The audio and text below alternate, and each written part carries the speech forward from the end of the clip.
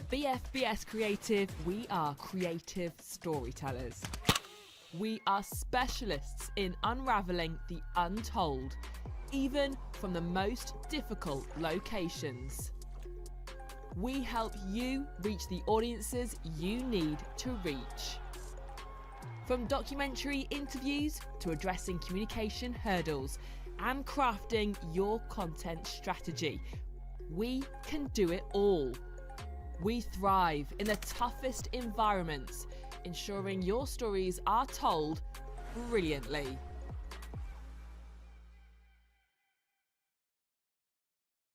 Good evening, everybody. Welcome back to the RAF Storm Shadows channel. I am once again joined by the immeasurably enthusiastic Roman in the commentary box this evening, Roman. And as you can see on your screens there, it is the RAF Storm Shadows taking on the Army Esports side. A fascinating insight into what we might come to expect in the Interservices. But for tonight, it's the Armed Forces Dungeon League. Let's get this show started. Carries us forward, gets 50 with Fraz. Ed, get into that one. Envy tucks it away. And as I say, they need an opening goal. They have managed to get one here, 1-0. Frazic, though, does some nice defensive work. But P finds Cedric. Cedric finds Envy. Beautiful stuff from the RAF Storm Shadows. 2-0. With a minute and a half left to go. Envy goes for a pass to P. P with a shot. P with a goal. Tucked away in the top left corner. 2-1 to the RAF Storm Shadows. And they are shining through here after the Army. They've struggled to rotate. They struggled to get into position after kickoff. And P managing to give the RAF Storm Shadows that advantage Didn't again. have a lot to work with, didn't have a lot of the goal to aim at, but he put it in the one place that it was going to go to, and Cedric makes it 3! And the floodgates are beginning to open here for the RAF Storm Shadows. A great 30-second burst, and now they've just got to hold it, or even go for more. Air power wins matches in Rocket League, and you can't tell me otherwise, as Ed will tuck that one away, and the Storm Shadows have the advantage here with 3 minutes left to go. Nothing about air superiority there. P just managing to get a pass across. A very strong 50 indeed, and Ed had an entire net to tuck it away. 1-0 to the Storm Shadows, and the Army, they've been crumbling since game 3. To control this one and take it downfield, intercepted immediately by Ed, and this pressure from the Storm Shadows has been relentless, and Envy, the man from Cosford, will tip this away to make it 2-0, and almost an improbable comeback for the Army to try and pull off with 90 seconds left to go. The way they've been playing, the RAF Storm Shadows, they're currently unstoppable. The RAF Storm Shadows, an incredible goal. They've done it again, and it's 2-0 now, and it's 3-0 now. The lead looking unassailable. Away, gives Ed some time here on the sidewall, gets it up. P is on the backboard lurking. Is Ed going to get this one away? No, but Envy's going to be there. Envy's going to tuck it away. It's 4-1 to the RAF Storm Shadows. Rose-tinted glasses are on, and I don't care. It is game over. The RAF have trampled the Army. 4-1, could be 5-1. I don't care what the scoreline is. It's going to be game over with 1:06 left to go. You're going to have me in the commentary box. I'm going to be hyping the boys the entire time, not just the Storm Shadows, the Sentinels and the Shadows as well. As this game comes to a close with almost P tucking away a very nice shot there, just drops at the death. Storm Shadows 3, the Army Sparrows 1, and well, the Storm Shadows did it in fashion late on. Hi, I'm AS1T Stelios Elia. In-game, I'm known as SE1997. Corporal Elliot Greenwood, and in-game I'm known as G Wood. My name is AS1 Tech Edward Nussey-Waite, otherwise known as Cedric in-game. It's already looking like they've upped the bar from last year, which is a really tough job to even do that. We are looking forward, not just myself, but as a team, to going out on that stage and representing the Royal Air Force as best as we can. Playing up on a stage like this we had a thing called Rank A, where it was all the top players played against each other, and then we picked our teams. I've finally made it into the first team after a lot of hard work. Both my teammates are really talented. We gel super well. Really looking forward to playing with them on stage and seeing what we can do. From my end, the leadership were outstanding, no issues at all. Not just from my own personal line management, but also the Royal Air Force Esports Association backed us very well, I should say, and made sure we had all the support we needed to get here, and they're always a phone call away if we do need them for anything. Really excited to play Coast Guard. It'll be closer than everyone thinks after playing them. We think we stand a bit of a fighting chance. The second Air Force team, emphasis on second now. They're a solid team, 3 really good players who could do some damage for sure. Although we are in different forces across NATO, we are colleagues, so it's nice to meet them in person and just have a laugh and play against them and hopefully beat them as well. You ready? AFG, you're washed. Coast Guard, you ain't as good as you think you are. We're coming for you. Space Force, stick to mini golf. We're going to win it. No, we're not. We're going to win it. We're going all the way. I thought it was good until I saw them play. The Americans will never hear the end of it if we end up winning somehow. Look, I'll shake on it. You know me, I don't drink. I will drink heavily if we win. That the pressure put down. Stelios with no boost thrown into the corner will be wildly out of position. G-Wood needs to put it to the air. Don't go towards net on this one. Instead, Cedric go for the double touch. It's a beautiful finisher. 19 seconds into OT, and the RAF already going to match point. That's right, boys. Once again, I'm joined alongside none other than Stelios. Stelios, at the very start of that match, you pointed out the fact that the strategy was aggression, was confidence. Do you personally feel like you guys delivered on all fronts? Yeah, it was a series that we just stuck to the plan and executed it to perfection. I felt really good myself. I felt the other boys also played their part individually, and then we executed the plan as a team together. It was almost perfection, which means we've got to live up to that in the next round as well, so we can't our laurels look forward. Well, for you personally, you were the first one to score goals across, I think, 2 or 3 of those matches that we saw there as well. Was that part of the game plan for you to be the force of nature, as it were, in this matchup? I'm certainly a force of nature, but usually not in front of goal. It's usually Cedric or G-Wood that are bagging the goals when it counts. However, the way we're set up is, it doesn't matter who has the chance to score. It could be any one of us. The way we play, we create spaces for anyone to score. And it just so happened that it was me that was in the prime position to put it in the back of the net, and thankfully I did.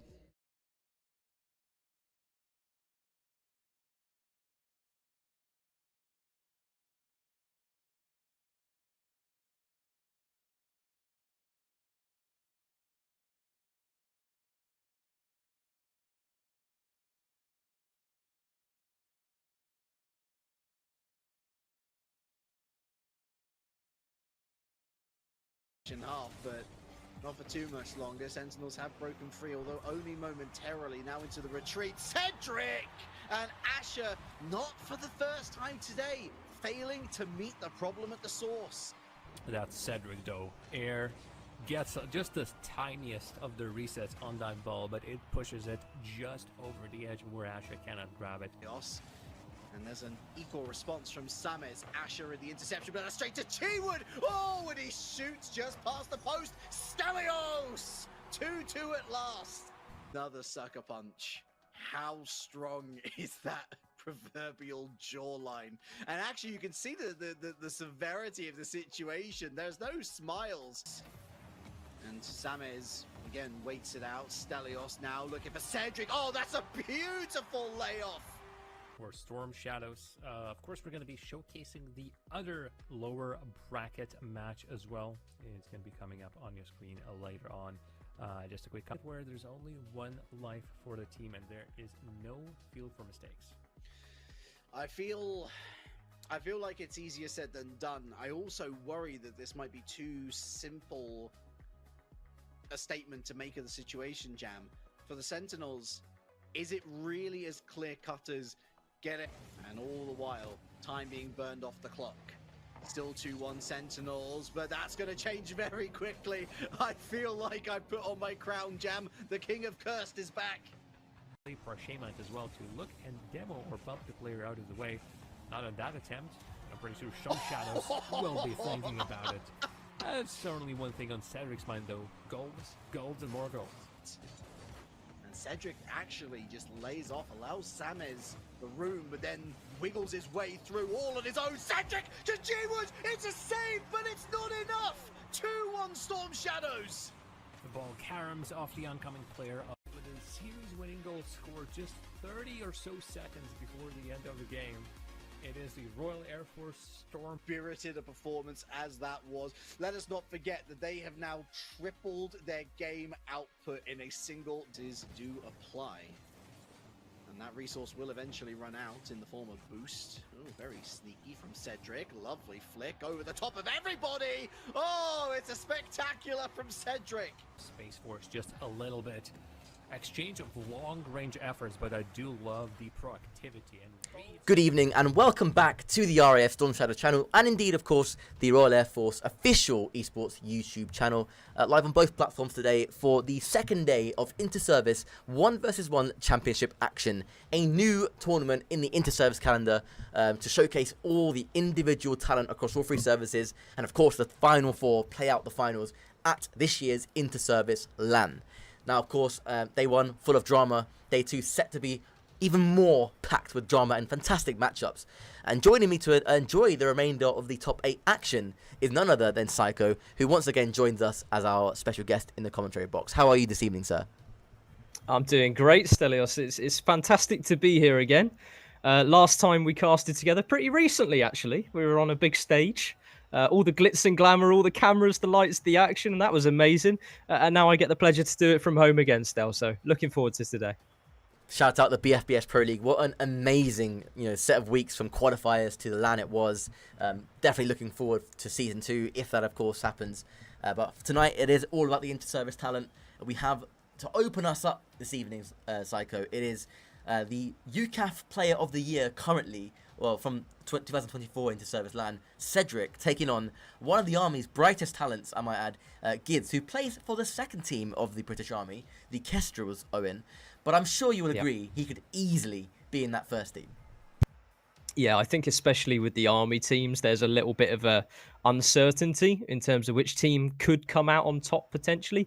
Gids is right up there as a talent. He is definitely capable, sort of on a mechanical level, and his pace is really up there. In 1v1s, it's all about solidifying sort of that consistency across time. But we are underway with game one. It's going to be an interesting affair because, well, Cedric had a run that was a bit unexpected yesterday, shall I say.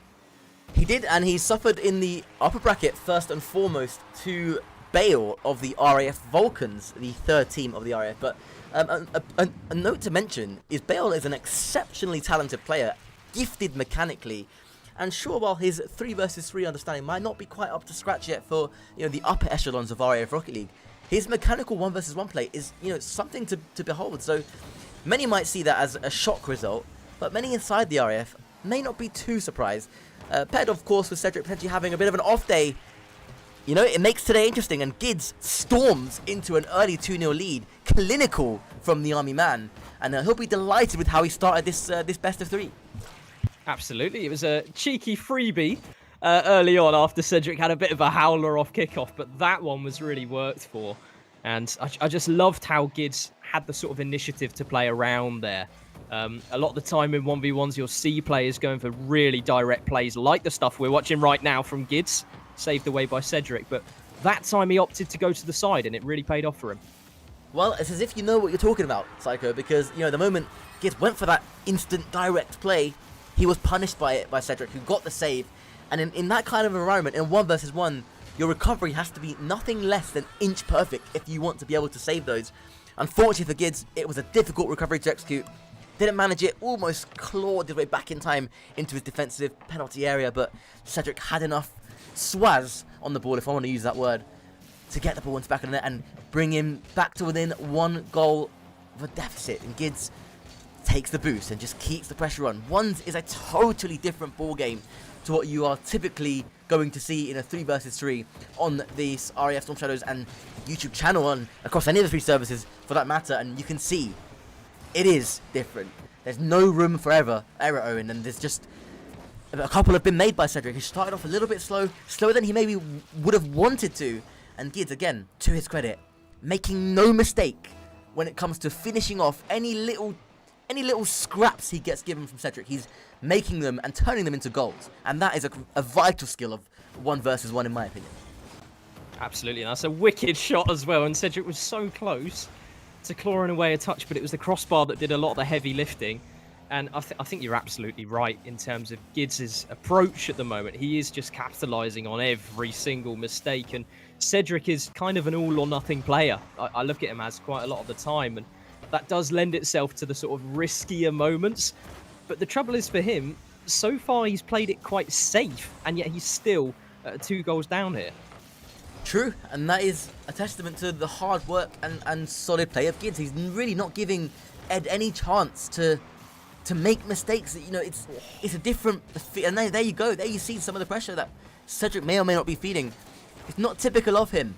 And, you know, sure, one's is a different game mode, but when you're playing threes when you know there is a reprieve of a second and third man behind you, it's an entirely different pressure, an entirely different level of freedom that you have, or don't have in ones. And Gids at the moment showing that he is accustomed to that kind of pressure and is aware of it and can control the pressure that comes with playing with nobody behind you.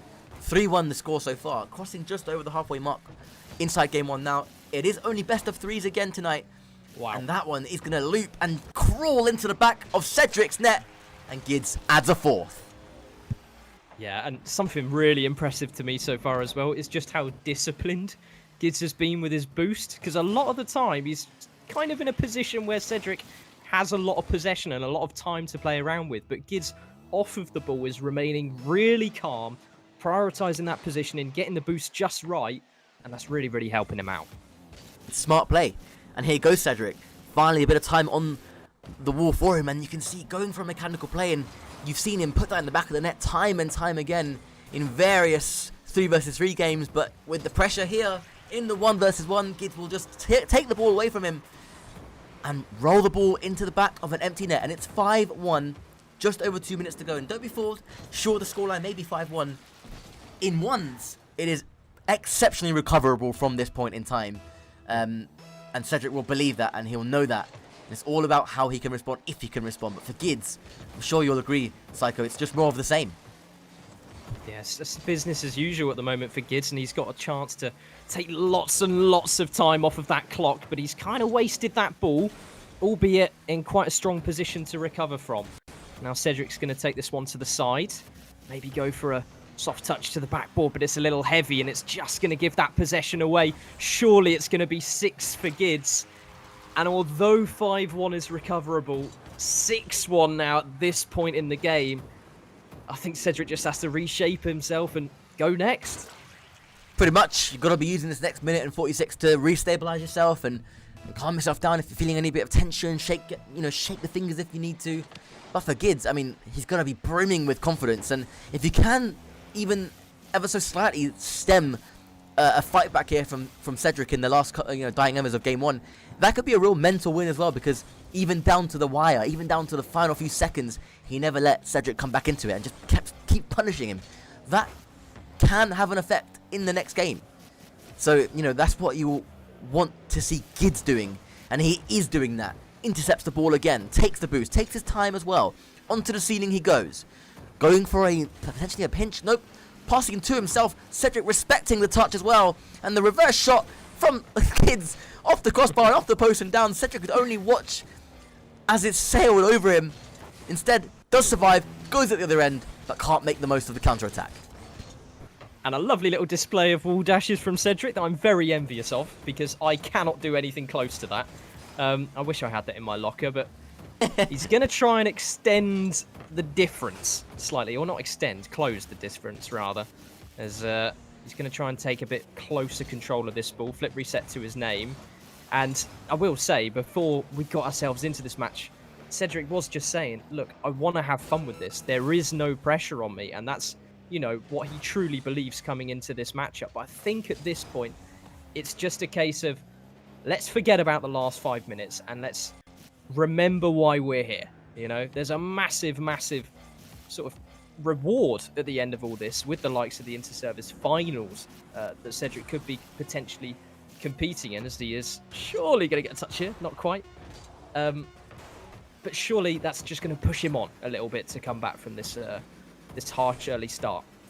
Like to think so, and it is Gids who takes game one in solid, convincing fashion. A superb performance from the British Army Kestrel's player. Again, looking to cause a stir of his own with his team in the 3 versus 3 in Interservice LAN, but also on his own here at the 1 versus 1.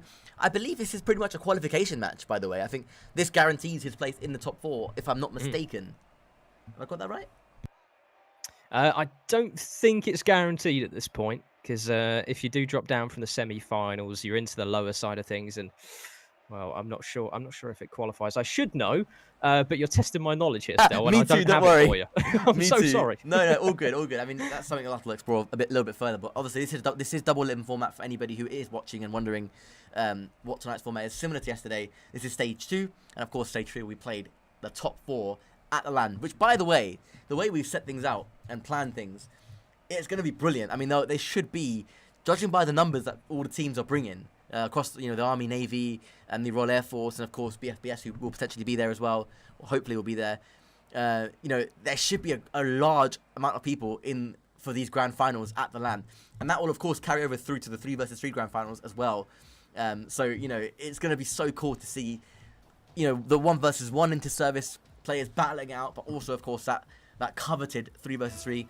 It is the Storm Shadows that currently hold that title. But the Falcons and the Kestrels, especially with how hard they've worked this year and how they've been looking in the qualifiers, and then just in general, the attitude I think from the Army players has changed for the 3v3. They believe it, and they've shown their full belief with some fantastic performances. They think this is their year, Owen. Yeah, and honestly, I think it is going to kind of be a coin flip when it does come to that Interservice finals. I know that the Army team historically have kind of approached it as the underdogs, but this time they've got that all-important self-belief. Gids with a very, very quick start here. Cedric again tried to play it safe, just tip it off to the side, but Gids made all the most of that space to tuck it in that bottom left. It's a fine cut, and it's a good first touch by Gids. A skill that's very, very tough to execute, especially when there's no room for error. Can Cedric flick that one home? No, he can't. You can see going AFK a little bit, maybe a bit of frustration. And there is a bit of typing going on, and you can see, I don't know if he's laughing and joking about it. I don't know if it's pure frustration. He needs to just lock in essentially and just get the job done, get something on the board for himself. If he suffers another goal here, I think he's in real danger of dropping to this lower bracket as he flicks the ball away to his right hand side, and Giz will rotate back in and keep this pressure on Cedric's net. Yeah, and I think there's a difference between having no pressure on you and then suddenly feeling the full side effects when things don't go your way. And Cedric, now more than ever, needs to have a bit of self-belief in him. He can overcome a 1-goal deficit, that is without question. And we're hoping he's just going to keep it a bit more simple, as the first touch is true. A nice flip reset off the second, and a lovely dunk to finish it off. Definitely not simple, but that is a typical... that is a moment of real quality from Cedric, and he has a chance for a 2-1 here, but skies over the bar. Gids can't quite believe his luck, and now he looks to counter, takes one touch, wave dashes into it, looks to fake Cedric. Cedric doesn't bite, and up the other end of the pitch, will he find the second? Will he go in front? Yes, he does. And there is a little bit more, like the Cedric we all know and love. Gids this time punished. And he's finally established a lead, and that's got to be such a sigh of relief. For a moment just seconds ago, when he was writing in chat, I can't score any open nets, to then proceeding to miss 2 on the trot, would have been devastating if he couldn't have put that one in the back of the net. Fortunately for Cedric, 2-0, and he's going to try and filter back into the play quickly. 100 boost, grabs at the midfield, and he's going to take his time over this approach. It's a loose ball from Gids, and it's going to be through the direction of Cedric. Big, big advantage. Just goes to show you, doesn't it? Momentum in Rocket League in 1s, 2s, 3s can swing, and it's just all about how you control it, all about how you respond to going down a couple of goals, going down a game. In a best of 3 as well, Psycho, there's no margin for error, but just as we say that, Cedric actually manages to recover superbly from what looked destined to be a certain goal. Hasn't got the boost for that one though, and will he be made to pay for that aggression? No. Gids unable to roll that one home. Now Cedric on his own backboard. Challenged again by Gids. It's going to be so awkward for Cedric to do it. He's got the boost for it. Gids there, unable to put it home. And this is just as if momentum has slightly shifted. And you can see Gids now the one going a little bit AFK. Obviously noting the ball was going in. Confidence and psychology in this game, especially in one Psycho, it's so important. Yeah, definitely. And I think Cedric is on the receiving end of sort of treating himself badly with the mental game, maybe. I think that's the reason we're seeing the likes of those little text messages in the chats and sort of the approaches he has to the play. Even 4-1 up, or 3-1 up rather, going for a sideball. easily should have been 3-2. It's just Gids couldn't quite capitalise on that dreaded open net, as Cedric's now going to go underneath, flip reset courts, and it's a bit of beautiful work from Cedric, and he's made Gids to wait. He's made him, forced him to be patient, and even though the shot wasn't perfect, there's only so much the keeper can cover. Just goes to show you, I mean, 10 minutes ago-ish, we were looking at a demolition of Cedric, and he's fought back. He's got back into the game. He's looking like a different player, and it's Gids all of a sudden who looks like he's lacking in confidence. That one does go into the back of Cedric's net, though, and we sit here and laugh. Sometimes you just have to laugh, because if you don't laugh, you cry, and that from Cedric is not one that he'll want to see again. Clever play by Gids, baiting him in to scoring the own goal. It is clever play from Gids, but the timing on your comment, Stelios, was amazing. And then I just saw that ball slowly trickle in. That is massively unfortunate for Cedric. And he's not going to want to watch that one back, or that one, as it's going to go right of that far side post. And Gids has lost control over this ball. It's agitated play and an early touch to try and relieve that one. Cedric's gone quickly as well, whacked it over to the crossbar, and it's just absolute calamity. And with 1:40 left on the clock, this is definitely not done. And no, just as we said, 5-1 is a recoverable scoreline. Gids is looking to do exactly that. Time on the clock, 1:40 to play, and this kickoff could be very, very important. It does go the way of Cedric into his half, and he'll go back and he will try and take possession. Does. Chooses to fake. Sees that Gids is far away from the play now. Will he go for a Coxey pinch? Yes, he does. Actually lands and connects with it as well. And it was accurate. It was going in. Gids looking to respond. Almost like a tennis match here. Respect to both players. Doing it for the culture. Double Coxey pinch attempts. Didn't come off for Gids. And the danger stays inside his half as we just approach now. Just are looking to encroach into the final minute. And Cedric's a little bit awkward, but has baited Gids out of his sort of strong position there. A failed pinch attempt this time around is going to give lots of space for Gids. What's the approach going to be? It's just going to be a drill straight forwards towards the net, and a player who would otherwise have taken his time and gone around, choosing to try and test the keeper early. Maybe signs of desperation with only 45 seconds left on the clock. It's a whiff from Gids, and Cedric has said time and time again, I can't score open nets. Yeah, you can. It's come at the right time as well. A goal for Gids there would have been an entirely different complexion on the remainder of this game, and potentially series. It would have given him the confidence and momentum he needs to spur his way back into it, but instead it's Cedric who punishes the open net. It's Cedric who stays alive here. It'll be Gids to put that one goal bound, gets bumped, not enough from Cedric. 6-4, and they are really going at this now. It's like a tennis game, goal after goal after goal, one in each net. And the tension remains high for Cedric, who's got a lot to deal with in what should be a nervy final 37 seconds.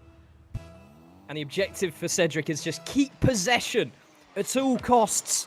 And I know he's quick to go for these flashy plays, but I want to see some control. I want to see seconds just fall off the clock like it was absolutely nothing. And Gids now has maybe one final chance to give himself enough time at scoring a sixth. It's a great block from Cedric. And back to the corner for Gids. A little bit awkward on the follow-up. Cedric just waiting at the halfway line, offering a lot of space for Gids to play with. He's going to rip one on target as well. And that's a beautiful bit of work from Gids, albeit lots of space given. Cedric really respecting it there, and it was a bit of a thunderbolt from Gids. Gids.exe, he is a bit of a machine, and I've said consistently over the course of this Interservice season in both 1v1 now and 3v3. He is a goal poacher, and he'll have another chance here. Can he wave dash? He can. Cedric dives in, doesn't get the boost. One more chance here. Gids will turn. Cedric collects the pads, has to defend one more, but he can't quite wrap his shot round. It will be game to Cedric. And what a dangerous couple of seconds it was at the end there for Cedric, but he held his nerve. And Psycho, we have a game 3 in our opening match of the evening. And credit to him as well. The goals that Cedric was putting on the board there were pretty ridiculous across the board. Let's be honest, Stelios. Some beautiful aerial control, flip resets. That's what he's known for. And for him to sort of showcase that sort of confidence to do that in the play, I think is really impressive. And pull it off as well on such a big stage, in such a big occasion, is sort of telling of his mindset in terms of how he wants to approach this. I just want to see that full potential unleashed because I know he has it in him. Elsewhere in the bracket, as that does go in for Cedric, who gets the all-important first goal, the nerve settler here in the decider to see who stays in the upper bracket. Good decision. Limited boost. It was an all-or-nothing play. As you said quite rightly, Psycho, that he is, a lot of times, an all-or-nothing player. It paid off then. Elsewhere in the bracket, Onza has defeated Doroma, sent him down to lower with a 7-0, and then FF win. Cedric doubles his lead. Bale of the RAF Falcons, third team, who of course swept Cedric yesterday, takes a 2-0 win over new RAF player Reedy, 2-0 in that series, who now drops down to the lower. And finally, Envy and Logan. Envy overcoming Logan's no doubt robust challenge with a 2-0 series on his own, as they now advance and fall into the lower bracket respectively, as they await to see the winner and outcome of this one. And Cedric beginning to show his class as he triples the lead inside 19 seconds. Incredible. And this time Gids wanted to change his approach, desperately try something new, because the past couple of times Cedric's had that aerial control and taken it all the way towards net. Gids has been left with a reactionary save where he just has to dive one way and hope for the best. That time he tried to cut it out kind of from the source, and it still didn't pay off. Cedric's control at the moment is world class. It is, and not just control of the ball, but control of the boost, control of the game as a whole, as well, as you touched on, Psychos. Again, because of his boost control, forces a 1-versus-1 that forced Gids so far back into his own net to get boost. It caused, well, I mean, it allowed Cedric to shoot from pretty much inside the penalty area, and you can see there he just kept creeping and kept creeping, baited Gids in, and 4-0. Now, I don't want to call it a dangerous lead with this much time to go. It certainly can be that. Cedric must stay on top of this performance, must keep his consistency, and must not allow Gids, who we know to be a prolific goal scorer, any time and respect to get back into this game, because he absolutely will take it. I agree with you, and it's going to be 5 as well after that beat in the corner. Surely he's going to squeeze it in, and it's 5 goals in under 60 seconds. And I think at the moment, yes, it's not solid, it's not confirmed, it's not job done, but it's telling of sort of the mental attitude coming into this game. Cedric feels in control now. Oh, and you know, I will take that for him, and it certainly wasn't looking that way in those opening moments, especially in Game 1, and even a little bit of how Game 2 started. It was all over the place for him, realistically, but he brought it back. He recovered his mental, and that is something good players are able to do, is recover. You go back to the Interservice LAN last year, where the RAF Tempest were 1 minute and a half away from becoming the Interservice champions. Of course, rest in peace, RAF Tempest, all on deployment, will miss this year's tournament. Yeah, but they just had a minute and a half to go. And it was Cedric who spurred P and Envy on besides him and led the way in their mental recovery as a team. And he's shown his powers of recovery again in this series. 6-0 the lead so far. And Gids with it all to do. And if there is a comeback of any sorts on the cards, it's got to start now. It's got to be clinical from Gids, and he has no more margin for error. None at all, and now he's dancing into the corner with 100 boost, so he does have boost control and plenty of space to work with as Cedric backs up really deeply down the pitch, and it's going to be a quick flick past to that right-hand side. And Gids, when he's given an inch, he does take a mile. And it is a sign of life for Gids. It is a response. A testament to his character as well. He is still fighting for it. Plenty of time. The 5 goals is the deficit. 5 goals is more than recoverable in a 1-versus-1 with this much time as well. That's a nice soft touch though from Cedric. Looks to bait in Gids again, but the 50 from Gids is a good one. Does capitalise as well on the counter-attack. And it's 6-2. And again, the lead chopped that little bit more. A clever 50 from Gids. Kept it close. And the lead chipped away at. And you can feel, Psycho, the tension rising ever so slightly in this series now. Yeah, even as a commentator, I'm starting to have a couple of question marks, and that's always a concern. But it's a quick response from Ed, and he's going to be smiling because he played a different kickoff. He played the single jump behind the ball. It's the first time we've seen it from him all series long. Instant payoff. Tempest well robbed, says Samez. Well, I'm so sorry, you know, I can't control deployments.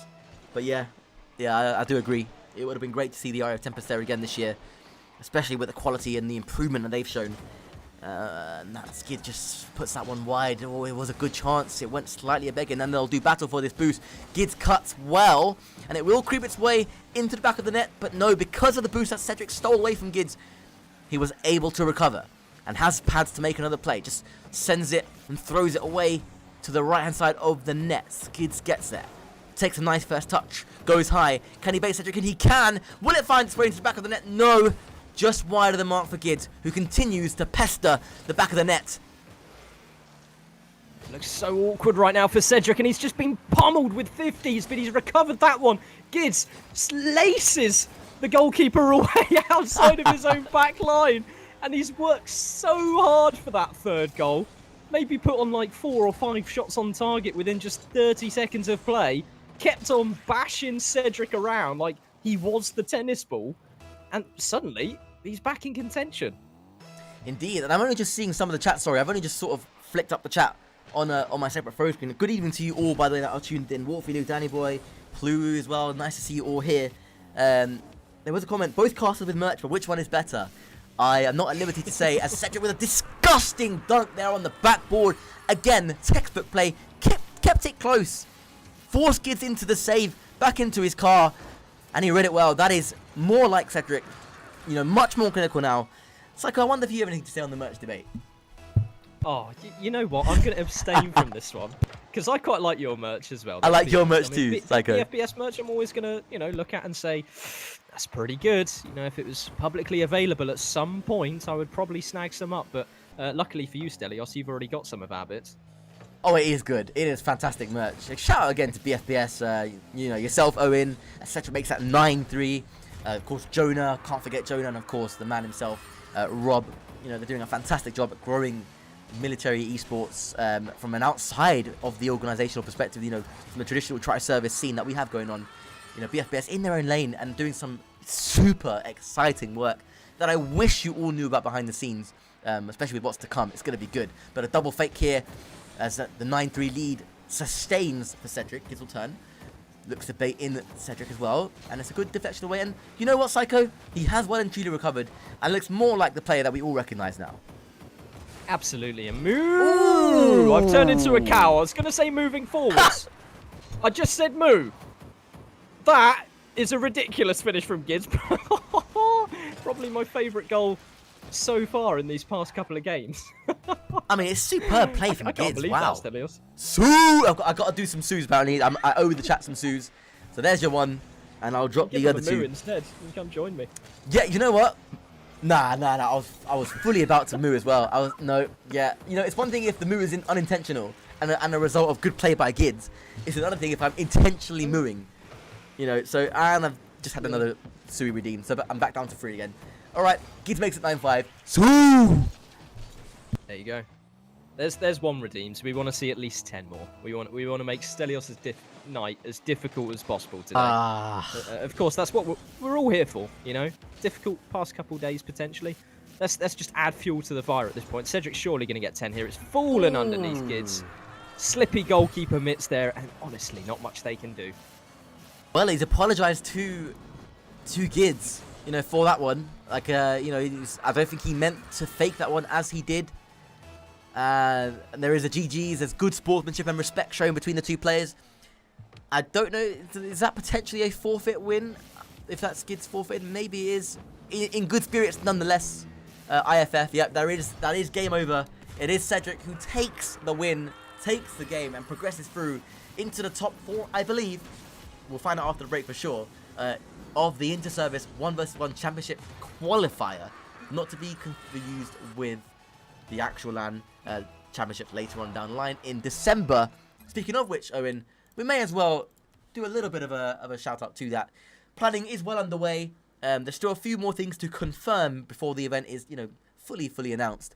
But 8th to the 12th of December, mark the dates in your diaries. Get ready to tune in to again, Storm Shadow stream, the Royal Air Force YouTube stream, and potentially Army and Navy as well. You know, we're going to try and make it a proper joint effort. But there is an action-packed schedule to look forward to on those dates, as I'm sure you'll agree, Owen, as you've seen some of the work that's going on. Absolutely, and I can't wait to potentially be there on the day and sort of experience it rather in person as well. And you know, for all of these players, whenever there is an opportunity for a LAN environment, that is sort of uh, the fondest sort of memory you can look at when it comes to your career playing this game. Even if it's a small time event or, you know, the top end of RLCS competition, you will always look back and cherish sort of those memories you have from the social opportunities you get alongside this as well. And I think that's such a massive benefit to what you're hosting, Stelios. And I think it's going to be a wonderful opportunity, not just for the players, but for all of the spectators, all of the potential sort of media partners or people covering the event. It really is a special thing. So definitely looking forward to it, Stelios. On that awesome summary, we'll be right back with you after a very short 2 or 3 minute break, just while we set up the next game and give you a little update as well. It will be Onza versus Bale live on stream next. Our first glance on stream at who many people favour to be the king of 1 versus 1 across all 3 service branches. We'll see if he can show that class that he's been showing across the last 2 days live on the RS Storm Shadows channel. Back in just a moment.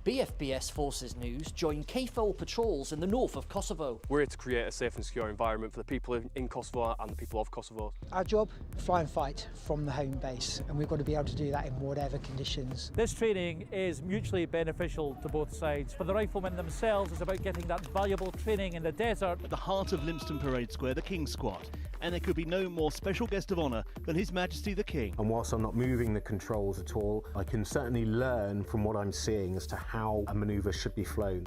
This year, 337 recruits have completed training. That's a first-time pass rate of 99.7%, which is incredibly high. So we have a philosophy on this ship called the Way of the Warrior Sailor. It argues that in order to create morale, you must love and value everybody. This beam here came from HMS Indefatigable. The beams from the Armada were eventually integrated into the pub.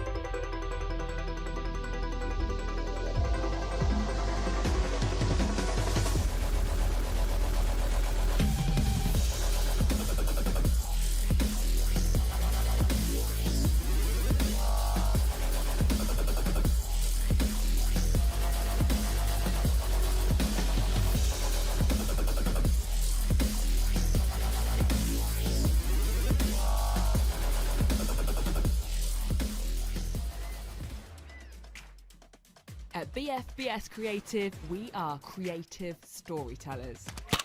We are specialists in unraveling the untold, even from the most difficult locations. We help you reach the audiences. Welcome back, everybody, from that extremely short break. We do have our players ready in the upper semi-finals for the UK Armed Forces Interservices 1v1 Qualifier Day 2. Absolute mouthful, but it's been interesting so far, that's to say the least. Cedric really recovering from some shaky moments, especially towards Game 1 and also in yesterday's performance, failing in the upper bracket to a player from the RAF third team. There's been all sorts of bizarre results, but one thing that is definitely not bizarre is the matchup we have on the other side of the bracket. Onza leading the charge over there in this matchup to come. Indeed, and it's the first glance and chance that we have to see both Bale and Onza, who, like I said, Onza, many favour to be the biggest and the best name in Interservice 1 versus 1 Rocket League, and Bale with a surprising couple of results, sweeping Cedric. But many who know him will know that that's not really a fluke. He's a quality 1 versus 1 player, and this game mode, I think, really favours his style of play and his free-flowing mechanics. So, be really interesting to see as Onza goes close. Can he recover his car to make that 1-0? No, he can't. Instead, it is Charlie that comes up, balances the ball on his car. Can he find the bump? No, it's good defending by Onza. And he's got a chance to retaliate here, and it's just a quick, snappy shot towards the open net. And that's exactly the sort of thing that I sort of come to expect from Onza, because this is a player that I think a lot of people would look at and think, oh, you know what? He's just as flashy as Charlie. He's just as flashy as Bale. But really, his approach to the game is completely different to most. He's extremely disciplined, extremely safe a lot of the time with his plays, and he loves to enjoy sort of the space he gives himself on the field, but sadly couldn't convert there. You can see he's forcing Charlie into all kinds of panic. And just to answer your question, Connor, yes, indeed, it is. Good to have you back as well, by the way. Top 4 goes to LAN. This is semi-final, so from this point onwards, they are locking in their place. That's a great flick by Charlie. Does beat Onza, but he will be punished, or will he? Will that find the bottom corner? No, it doesn't. But he has to get there, and get there fast. And you can see Onza with no boost just sticking around in the play to force Charlie to do something. And here he comes again. Great ball control. Great finish by Bale. It's 1-1. And would you believe it? After a great start by Onza. You know what? You're not wrong, Psycho. He looks comfortable in possession. It's bizarre how comfortable he actually looks. Yeah, and to me, every experience I've had to watch Bale play and sort of explore the competitive landscape properly for the first time, which, by the way, he has done tremendously well. I think the first time I came across him was maybe best part of 4 or 5 months ago when he was struggling around Champ 2, Champ 3, and right now he's giving Onza a go in a 1v1 competition to qualify potentially for a LAN, which is just unbelievable. Sort of accomplishment that I think Charlie deserves to be really proud of. But at the moment, every single approach he's making towards the play, as a good shot does come through from Onza, is grounded. It is safe. It is sort of like he's got an experienced head on him, far beyond his years. That's full credit to him, but also full credit to Onza. That's a stylish finish, just above the car, and almost boost. What's the word I'm looking for? There's almost like a force field around you in Rocket League, I think, at times, when you're in terms of how much boost you have, right? And that was just out of almost Bale's force field of boost. Punished again, though, that time for a bit of an aggressive style of approach into that kind of play. 50s in that kind of angle and that orientation are always going to be punishing if you don't beat your opposition player to it. And Onza makes all but sure that 2-goal lead is established. Onza looks terrifying to play against in a 1 versus 1. I'm not going to lie to you. He would probably 18-0 me comfortably. He is that level, and you can see why he is the touted favourite. Will he be stopped in the qualifier? Will he be stopped at the LAN? Time will tell. But that's a fine save from Charlie. Very, very nice indeed, and he's going to pick up 100 boost, and he's got plenty of space to play with. This is what he's so known for, those devastating off-the-wall solo plays. Really, really sort of routine almost for him. You look at, a double reset off of the sidewall and you think, that's once in, every 15 games. Charlie can do it every single game, and I think for the most part does try it every single game, as he does catch another, and he does have boost in the tank to rip a shot, but didn't quite have the control over that final touch. Does earn the respect from Onza to give him another crack at goal, though. You can see he is cutting and he's forcing Onza into making some pretty rash defensive plays that are all good and merited. But, it's not as calm as maybe he would have liked. Charlie is putting up a good fight here. He's doing a great job against a phenomenal 1 versus 1 talent. Remember, Onza has peaked at SSL in 1 versus 1 before, which is, if you know the game, is no mean feat. And that is superb from Charlie, taking a page right out of Morksy's book right there and then. aerial bump, so difficult to defend, and he waits and waits for Onza to bite. Eventually, Onza had to go, and as soon as he turned, the bump was there, and the lead chopped by a third again. 3-2 the scoreline. And Onza played that pretty perfectly as well, just waiting to try and avoid the bump, but it just wasn't good enough. Charlie had it covered. He sort of just dive bombed down to convert that second, and he's got so much control. Lovely double jump pop. Simple stuff from Charlie, and I love to see that sort of, you know, safe play approaching this at the moment, as he does get a nice little bump there. Noticed Onza was uncomfortable, rips it back across and has a possibility to establish complete boost control here, as he does grab the 100. Maybe another chance for a touch. What a touch it is, but Onza equal to it. That is an unbelievable shooting attempt from Charlie. Onza doing so well to recover it, and what a double again. Arguably should be 3-3 here, and, you know, with a little bit more luck, could have even taken this game, Charlie, and he'll still fight for it. He will still do the right thing. Onza rotates out, and Charlie looking to bump him, but Onza backed off and kept backing off, and the save again. Onza is so good at defensive maneuvers. He's so good at making clutch saves and being a solid all-round defensive talent. Like, that is by far, in my opinion, his strongest asset to a 1v1, and indeed to his threes team as well. That there is the shooting opportunity again, and as you can see, what I am saying is absolute facts, because that is a world-class save from Onza, under real pressure, under real threat by Charlie, who still searches for the equalizer. Doesn't quite get it. Will it be Onza's day? Will it be Onza's game here in the opening of this best of 3? Well, take us through, Owen. Well, the ball's on the floor. It's done. Onza 3-2 is the scoreline. But you said it yourself, Stel. That easily could have been 3-3. It easily could have been an equal game. Charlie, 11 shots to his name to Onza's 7. Now, I don't usually talk about shots. I don't usually talk about sort of the possession game. But Charlie did have control.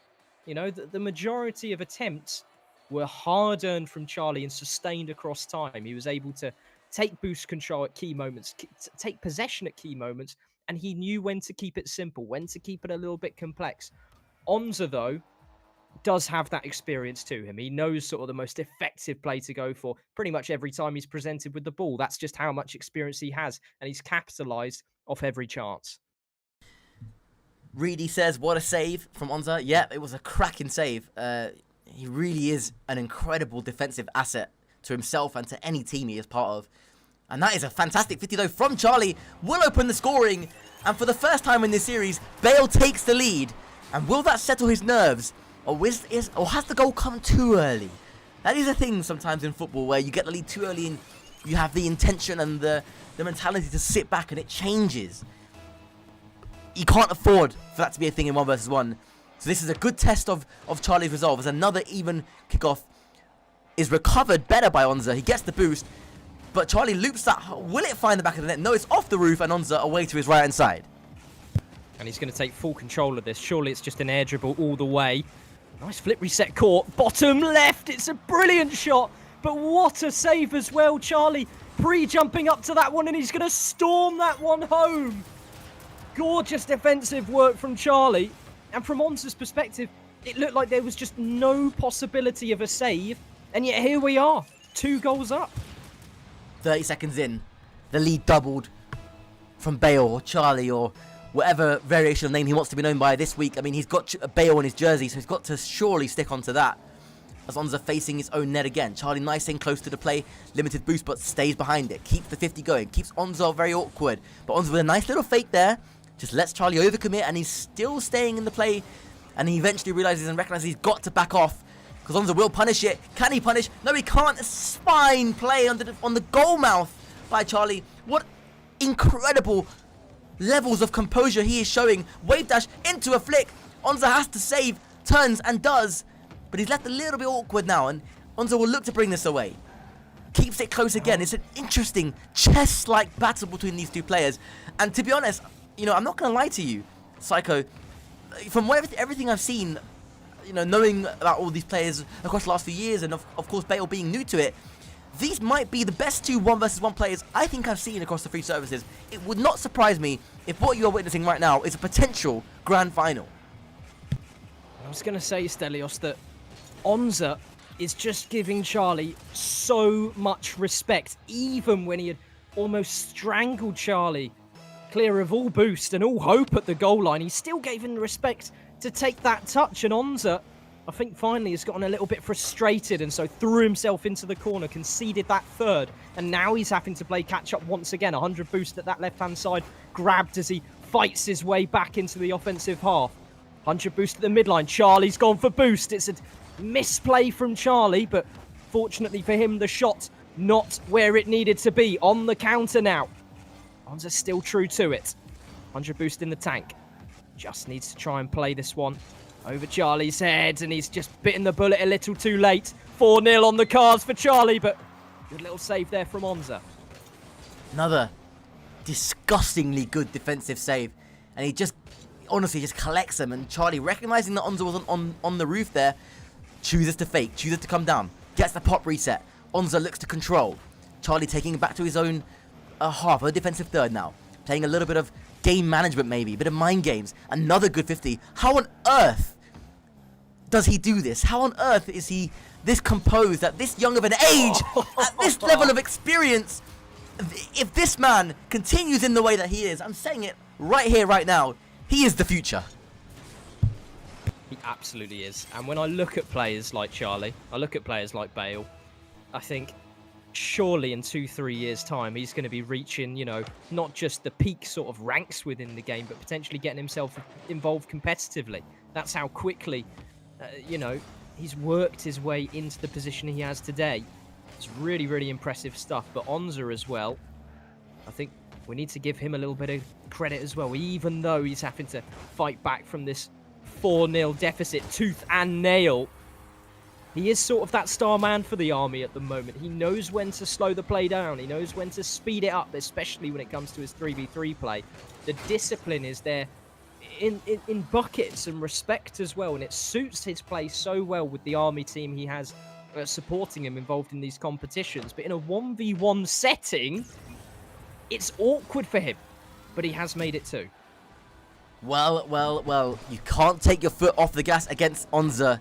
He will make you pay, and Charlie trying a different kickoff, trying something, but Onza read it like a book, and just like that, the 4-0 decisive lead has been halved almost instantaneously, and that will surely play in the mind of Charlie as he goes up, gets a reset, looks to pinch it down. Instead, Onza will capitalize. He will have a free backboard, just needs to wait for it, just needs to drop it home, just needs to take another quarter off the lead that Charlie maintained and got into in the first instance. And how Rocket League can change, how a game can change. It was 4-0 just under a minute ago, and look at the fight back from Onza. Never looked in doubt, never tilted, never stayed, never got, not composed, knew his ability, knew his powers of recovery were there, and now he's just within one of completing a comeback here. And Onza's playstyle really does sort of lend itself to being able to keep within a certain scoreline, defend from hard situations as he has done there, but he needs to create something the other way now. And that's going to be difficult when Charlie has possession all the way to that bottom right corner, or top right corner rather, as the demo flies through. 100 boost grabbed at the back surely for Charlie. He's going to settle the play down. Onza bites the bullet, steals the 100. There's a little bit of sort of blood in the water that Onza can taste as he's going to once again aim to get boost control here.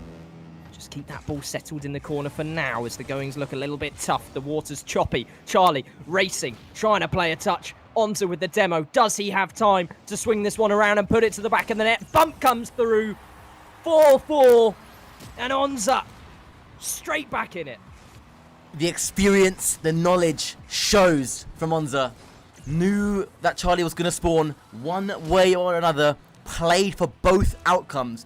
Played for an instant shot, or played for the bump if he had to, and he fakes kickoff now, and Onza looking like himself again, looking like he's in control of proceedings here. The next goal is vital for both of these two players. Charlie takes it onto the ceiling and comes down. There will be a shot here off the backboard. Look how he's just making Charlie awkward, making him play, making him commit to a save. Smart by Onza. He does it time and time again. Nothing special, nothing fancy. He will make you as awkward as you will ever be in your life. He will starve you of boost. He'll make you waste what little boost you do have, and he'll punish you for it. Charlie spirited, Onza now in control. Onza with another fake kickoff. That's not a demo from Charlie. So close, but he's got the recovery. Beautiful chain dashes across the wall, but he needs to make another last-ditch save. That's a miss from Onza and 100 boost for Charlie in the corner if he doesn't get wrestled off this play. Final chance really now for Charlie, and Onza's going to sit and wait. Be patient on that approach, and it's going to be a nail in the coffin. Not quite yet from Onza, but he's solidifying himself in that position. Backwards challenge, 6-4 now. Charlie, surely it's done and dusted for you. Of course, we'll be wise to hold off on that for the next 7 seconds if there's a kickoff here. He does try something, but it's not going to be enough. Onza with an absolutely incredible display of experience and composure. Fair play to him, and he completes the comeback with a 7-4. And that is why you never count out the top seed for the Interservice 1 vs 1 championship. Seemingly down and out at 4-0, he shows why he is dangerous. He shows why he is the level of player that he is. And that is a thoroughly entertaining 1 vs 1 series. And I hope we see that matchup again, because that was phenomenal. And no doubt we will. Onza has gone and qualified himself for the 1v1 Interservices finals. And it's an incredible achievement for him to have made it to that sort of main event to come in December, Stelios. And, you know, moving forward, Charlie is going to be going in with a massively high spirit. Like you said, a spirited player he is. Very, very rarely does he ever sort of encounter sort of, you know, a bad day when it comes to his mentality and his approach to the game. And I think this is going to spur him on, honestly, because he knows that he could have won that. He knows that he could have taken a game at the very, very least. And full credit to Bale for that performance. But Onza, as we come to expect from a player of his caliber, solidifies himself through to the upper finals now, Stelios. He's a top seed for a reason. You know, he's done it in rank 3. He's achieved that impressive fate of SSL in 1s, which, you know, is ridiculous to even comprehend when I compare it to myself, you know, sitting quite happily in Diamond 1 or something like that in 1s. It beggars belief, and you can never count him out. And even when he is behind, he's shown that he's got the ability to recover, because that would have been approximately, I haven't seen his other games, but one of the first times he's been tested in this whole tournament so far. I don't know if he's had close games like that before, but that would have been a first for him, I think. And certainly in this environment anyway. And he's shown to himself and to everybody else watching that, you know, even if you're up 4-0, you just have to you can't give him a way back in. You can't give him an inch, because he will take a mile. He's through to the upper finals and indeed to the top 4 now, confirmed, as you said, Psycho, at the LAN. We'll all be gathered around watching him and whoever dares test him in taking that top seed and championship favourites position away from him anyway. Time will tell. And on that note, we will be back with our next fixture in the next 3 or 4 minutes after this very, very short break. Thank you.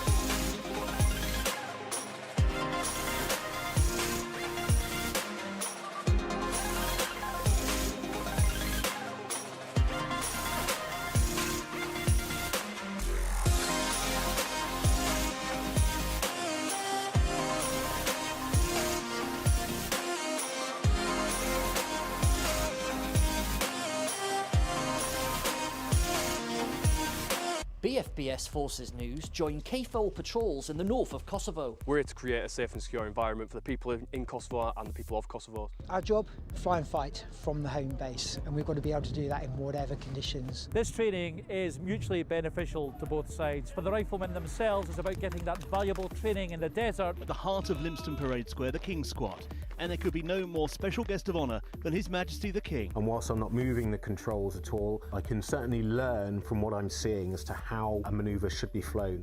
This year, 337 recruits have completed training. That's a first-time pass rate of 99.7%, which is incredibly high. So we have a philosophy on the ship called the Way of the Warrior Sailor. It argues that in order to create morale, you must love and value everybody. This beam here came from HMS Indefatigable. The beams from the Armada were eventually integrated into the pub.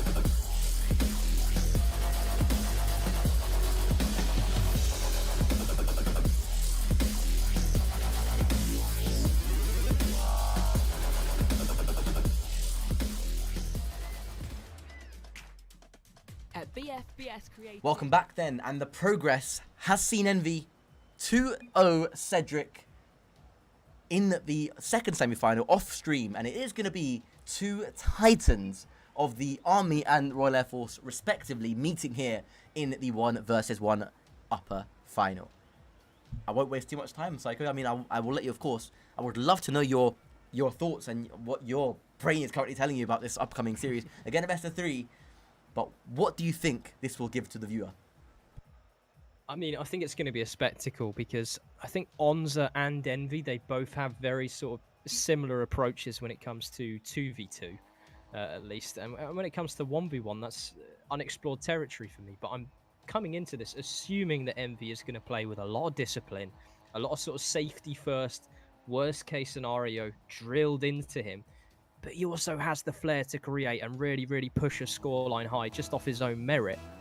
And off the back of Onza's last performance, he's going to be fueled by that. He's just overcome what was a really difficult challenge that, honestly, we didn't expect coming into that match, or at least not in the capacity it did, thanks to Bale's brilliant performance. But, yeah, it's going to be a tough one both ways. Indeed, and the fine, almost perfect start from Onza. 1-0 up inside 12 seconds. Envy in a really, really awkward position. And Onza with a beautiful fake, by the way. Just to give him time to set himself, lures Envy in half a step. And it's 1-0 to the Army man, who early stages of showing his class again in this series. It's a nice little soft touch from Onza in the corner to try and maintain a bit of possession. And once again, he's trying to draw out Envy rather than try and throw it past him himself. So that 50-50 is going to go to the sidewall. Plenty of boost now in the tank for Envy. He's going to press forwards, go for an early flick, and he's bested Onza, who read it well. Didn't quite get the flip right, but quick work from Envy. Good response from the RAF Storm Shadow Starlet. He's had a fantastic year of development in the 3 versus 3 game, and both mechanically, in terms of macro play as well. He's a different player, a different beast to what he was last year at the last Interservice LAN. I mean, he was chucked straight into the deep end last year. That was his first competition, that LAN, online or LAN as a whole. That was literally the first thing he did for the RAF Storm Shadows. So he's done incredibly well and has improved on that performance last year. Here against Onza, though, in the 1 versus 1, overcommits ever so slightly. And of course, he'll make you pay, because that is what Onza does. That is the beast that he is. Powers of recovery on the ball like I've never seen. And he shows it there to get just in front of Envy, to get his nose in front. 2-1. Yeah, and Envy, we could see his sort of approach to this game in the corner, as I think that's a quick DC from Envy there. Probably going to need a pause of sorts, as he's now kind of just sat in no man's land. And you know what? Credit to Onza as well for respecting the situation and making sure that this is going to be a fair show either way. He's going to give a quick apology there. I believe it might have been a Wi-Fi cut or something similar. There's Onza very sportsmanlike, saying, is everything okay? And honestly, coming into these sorts of games, if you're in Onza's shoes, you might just take that advantage, snap up a 3-1, because, you know, he's more than welcome to do so, as far as I'm aware, Stelios. But you'd love to see a bit of sportsmanship both directions. Absolutely. And a quick moment to thank you, G-Wood, as well, for the Prime sub. It helped massively. Thank you so much for that. But yeah, full credit to Onza. That's what we like in the Interservices and in the spirit of the community across all three services. We work together, in our primary roles in the day, in very serious primary roles as Onza makes that 3. But it's nice even in competition where rivalry is fierce between the 3 services. But of course, it's always friendly. Whenever we get together, it's always a good laugh.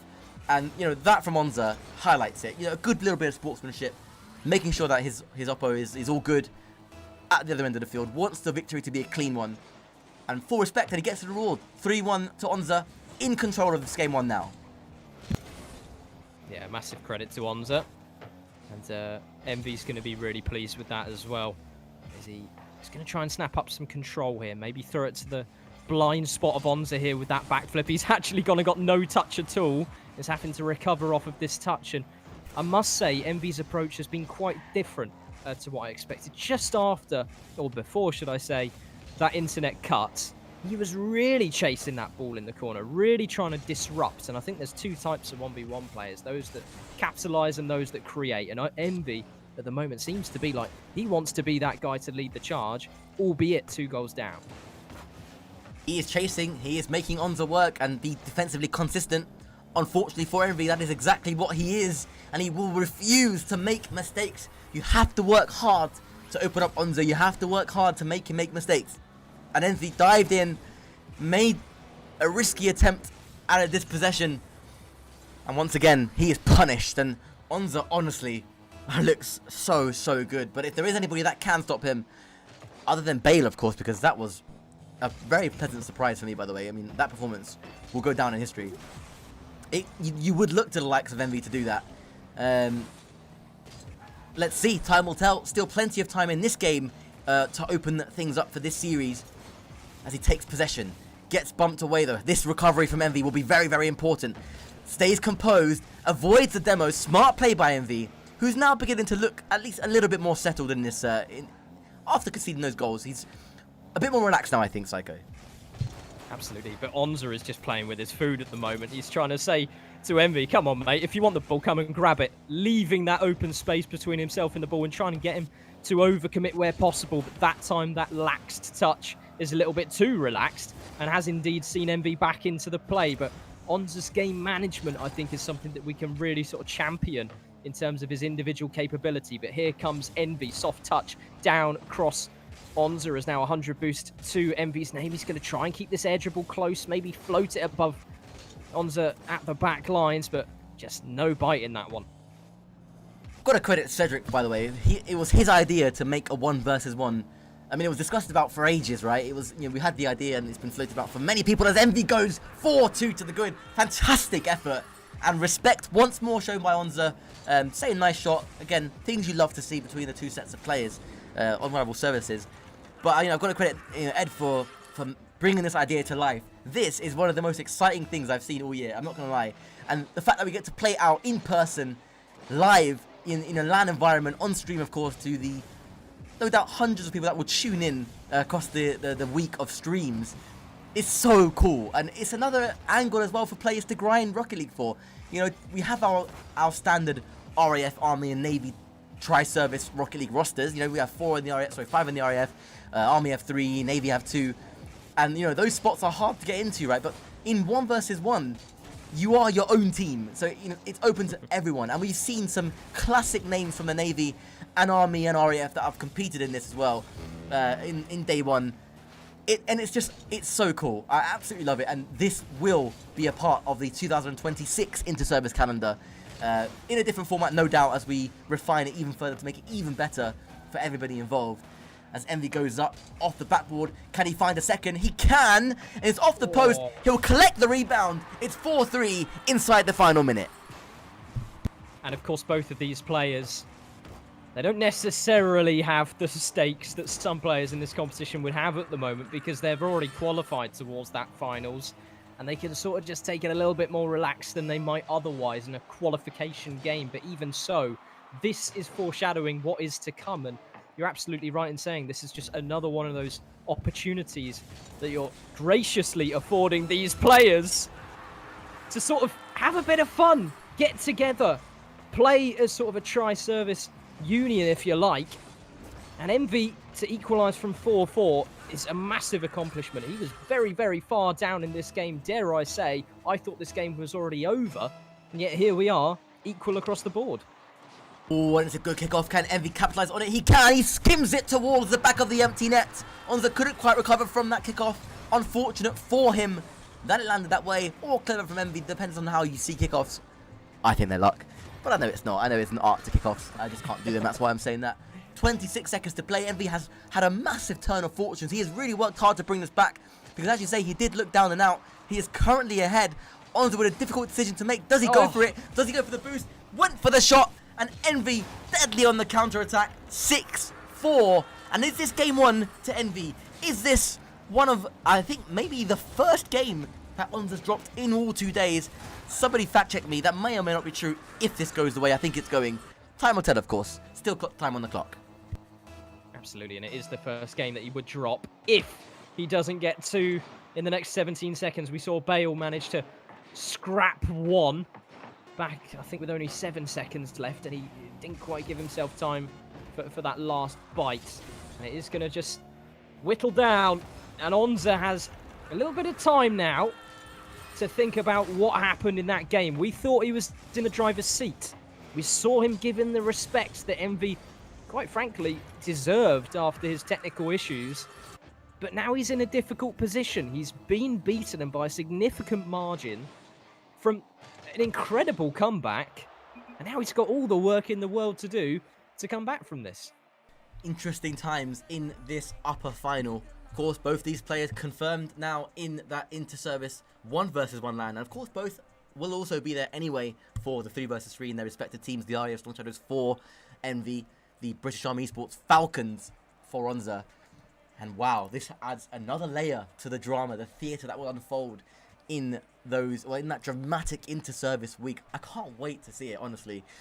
And Onza being tested here, and arguably for the second time after that phenomenal performance by Bale, but this time with the added edge of experience and fieriness that Envy brings as a player. He is so mechanical but also consistent, and his biggest enemy is himself. If he is on his game, Envy is genuinely one of the most unplayable players I've ever been witness to, and he goes for a audacious attempt. I think that was a breezy psycho. Please correct me if I'm wrong. My mechanical knowledge isn't that great, but he has started off this one with a bang. Absolutely was a breezy attempt, and now Onza has to wait for a ripper to come through. It's towards the bottom left-hand corner, and Onza's shied away from a first-time touch. It's given Envy a chance back into the play, but a quick snapshot from out of nowhere towards the bottom right has caught the keeper and myself completely off guard. Yeah, smart here. Look how Onza assessed Envy. He watched him down to the final millisecond when he was making that decision whether he was going for the boost or the ball. Decided to go for the shot, and it was well recognised by Onza. That's experience right there in ones. He knew Envy's weak point, but there is an instant response. And just as well as Onza recognised Envy's movements in that last moment of play off the kickoff, there's not really much he can do about that. Envy was just slightly stronger. And it's 1-1, and that is an important response time for Envy. And Envy making the most of all the minute details of the game as well, with that last kickoff, just conserving a bit of boost. A lot of people just plough the boost button down on the kickoff until there's absolutely nothing left, but he had the juice to actually catch back up to the play. Ooh. What a low 50 from Envy. See you later, Onza. Wave goodbye into the crowd of eggs. And that's going to be one that Envy is really smiling about. Smart play from Envy. The Storm Shadow Starlet, low 50. And Onza now beginning to go up against it. Can Envy maintain composure? Can he find another goal to extend this lead? The next goal vital in this series. Good 50 again. Onza will recover this though. Envy shot as a knife comes straight back. I'm not even sure how he recovered this card that well, because he looked down and out, but he just circled back, and it's something that Pluvo and Ethan and Cash do to me in 1v1 private matches that we play, where they just seem to be everywhere on the pitch, and I can't shake them off. That's exactly what Envy did there to Onza. It's 3-1, and important moments here for Onza. Must find the goal, must find it soon. He's gone for a quick touch to try and draw the keeper outside of his sort of comfort zone in the net. But it was no bite from Envy because the shot was simply way too far off target. That one's above the crossbar. Surely Onza has the pace to catch up to this, to shoot one on target. That one's straight down the middle. And it is 3-2 to Envy now. The deficit just lowered slightly. And Onza, he's being really, really quick to these challenges, and he's trying to make the keeper move. I like to see it. 2 on the board for Onza. Within 1 again. We've seen his powers of recovery on more than one occasion now in the last series, and indeed in series before that. But no! A rare mistake from Onza. A collector's item, if you will. You're not going to see him do that more than 1 time in this lifetime in 1v1. Surely he seemingly was baited in. Maybe was going for a bump on Envy. Maybe he expected the snapshot from Envy. In any case, it didn't come. And it's 4-2. And that is a disaster for Onza. That is a massively rare mistake from him, and whether he was playing for a bump, a block, or even just a touch to the backboard to stop the shot from Envy, whichever way that was going, that was panic from him. Now he's gonna have to work for it. It's a nice little flick off of the counter-attack. Onza, ever patient as he is on the goal mouth, has just settled that one home. Fantastic response though from Onza. Needed it as well. Bit of a mistake from Envy, and he was capitalised on straight away. Recognised the route to goal was clear and took full advantage of that. This time the kickoff is a bit more neutral in Onza's favour. Nice fake by Envy. Nice flick as well. We'll chase this and take the boost, and this is Onza again in a little bit of trouble. Envy will recognise that he is limited on boost, so all he needs is a good first touch here. Onza recovers almost into the net again, but it was enough of a touch to take it over the crossbar this time. And Envy maintains boost control, but the early challenge from Onza was a smart one, was a good one, makes no mistake with the finish, 4-4, and he is back.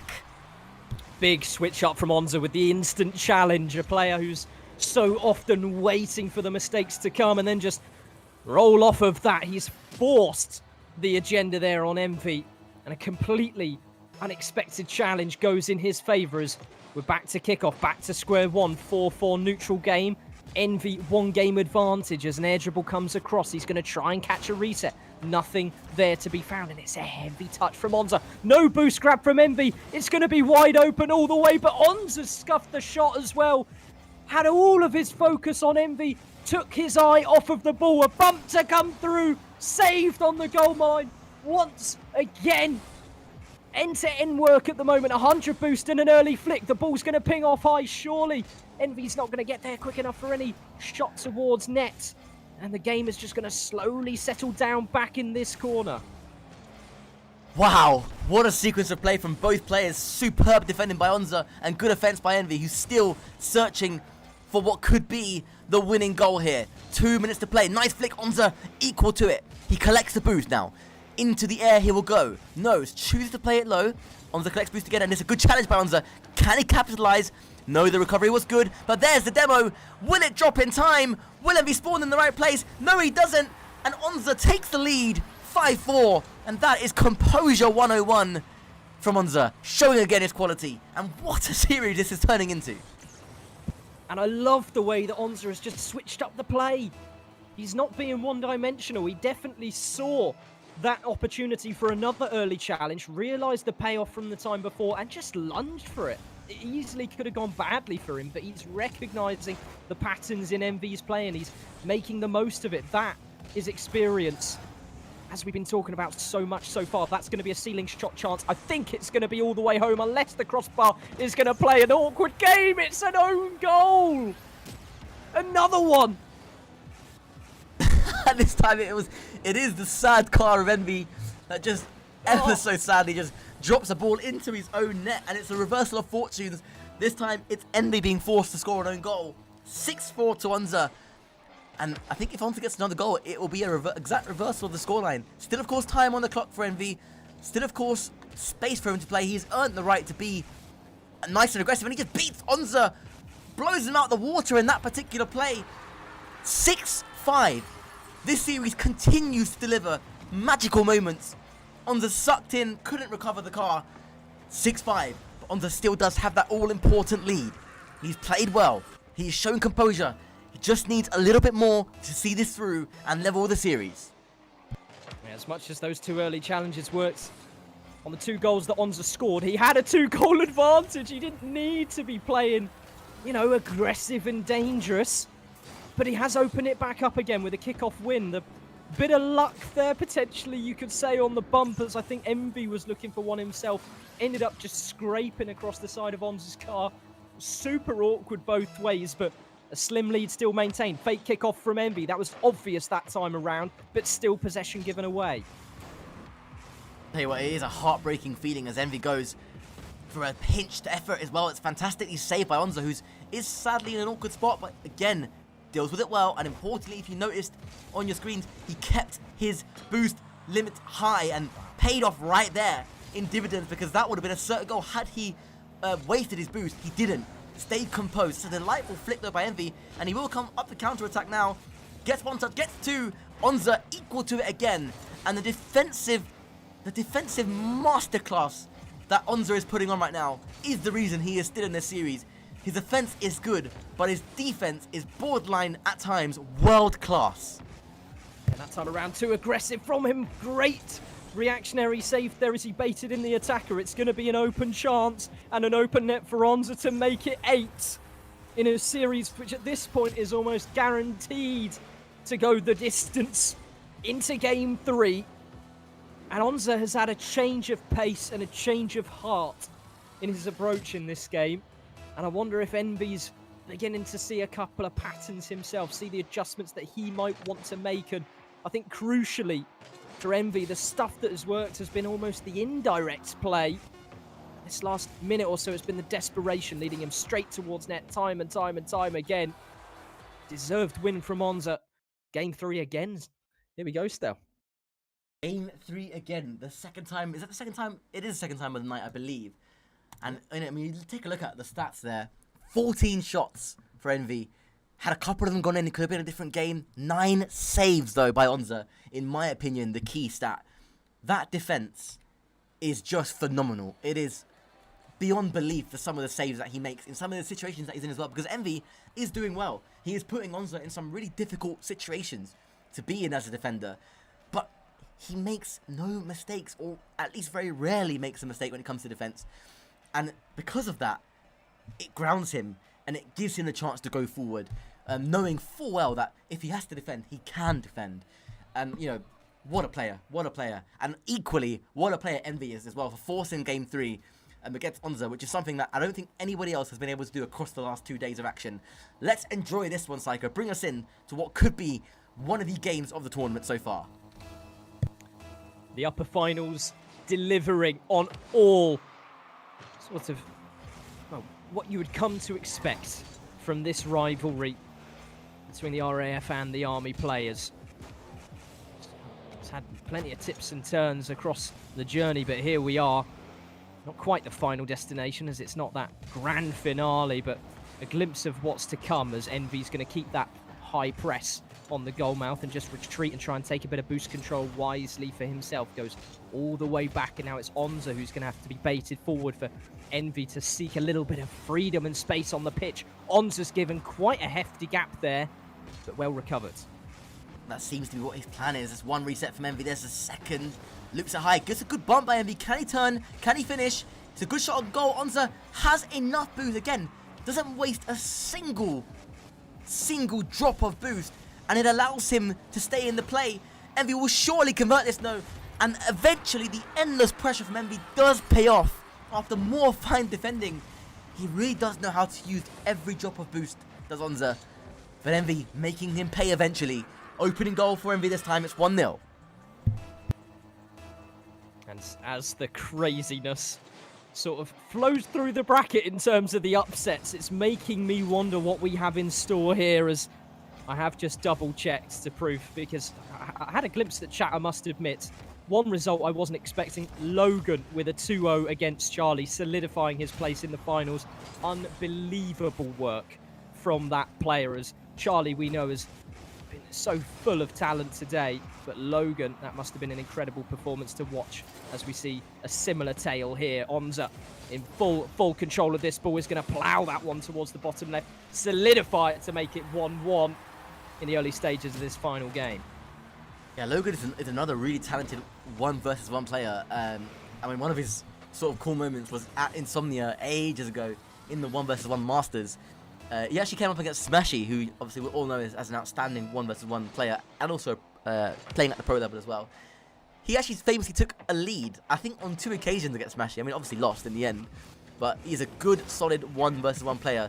So that is a good result for him. But knowing what Charlie is capable of as well, it does make that result even better for Logan. So he'll be buzzing with that, and he stays alive. And I think, does that secure his spot in the top 4? I believe so. Time will tell, of course. I've got to look at the bracket, right? But I think that does, right, Psycho? Absolutely, yeah. The winner of that stage in the lower bracket has solidified their spot. So that is Logan Webber secured through to the finals. And I'm wondering whether that was an expected result for him coming into it. Because, you know, 2-0, not even a 2-1, a 2-0 on his part is unbelievable. But regardless, we must shift our attention to what's going on in front of us. Envy in the corner is going to try and drag that ball across. A little bit of teething issues between the two as those heads collide. 100 boost for Ronza. It's going to be a tale of, does Envy go or does he wait? He's going to go, and he's going to wish he should have stayed. It's 3-1 to Ronza, and he's just making the most of every chance here. He is. He's being super clinical up front and incredible in defense as always. Look how he recognized that Envy had low boost, knew Envy had to come and close him down, so he loops it high enough that he can retake possession of the ball. And his textbook ones play for Monza. It's 3-1. It's just encroaching into the second half of this game. 1-1, game 3. This is the decider between the two players in the upper final. There is the fantastic shot from Monza. It's 4. And he is right now in full control. Now, Envy's come back from 4-1 before, but doing it now after being on match point is an entirely different ball game from a psychological perspective. He will believe he can do it, but will Onza give him the chance? That is the question. Well, just statistically, this game is telling of the story. Onza 7 saves to his name, Envy none. Envy 7 shots, Onza just 4, and 4 goals to his name. It could be 5 here if Envy is stretched out of position. Wasn't on that occasion, but nonetheless, Onza marches on forwards, grabs that 100 boost, and tries to assert himself in a comfortable position. There is the touch across. Again, just taking his time before entering the play, baiting Envy forwards to make that 1.5 inches of a step too close to put one in a sort of blind spot behind him. But Envy, again, with direct pressure towards the net. It's going to be punished from Onza. And every time Envy has a look at net at the moment, it's straight towards it. No care in the world, and Onza very happy to read the situation. Yeah, another solid 50-50 from Monza. Knew exactly how to position his car. And he makes full use of it as well. 5 to the good now. Every second now that ticks by for Envy is a second lost. A second not scoring. A second giving Onza a bit more breathing space as he goes up. It's 1. It's a good save though by Onza. There's a second. And a third. And it will be a goal on the 4th touch. It's 5-2. And that time, the defense of Onza was broken. A nice cut by Envy. Nice and quick, nice and sharp. Took Onza by surprise. 5-2, the goal margin is still 3. It is still a pretty hefty margin to try to overcome. But it's not impossible in 3s, as we have already seen this evening. Absolutely, and Onza is just going to push this ball back into the corner. Envy with full control to play around with this ball as he desires, but just straight towards the goal mouth again. That one's going to make the keeper stretch, and it is going to be a 3rd for Envy. That time he opted to go high, play it around the keeper, and I know that's an intentional decision on his part. It's a brilliant bit of work, and Onza struggling to get that crucial touch. Smart play by Envy, as you said, and it was entirely intentional A bit of a gamble, though, whether or not Onza would miss that one. And he gambled on the fact that Onza had no boost or limited boost. And it worked in his favour. So once again, the lead chopped. Only 2 goals now, the deficit for Envy to overcome. Onza with some nice balance on his car. Envy intercepts it, though.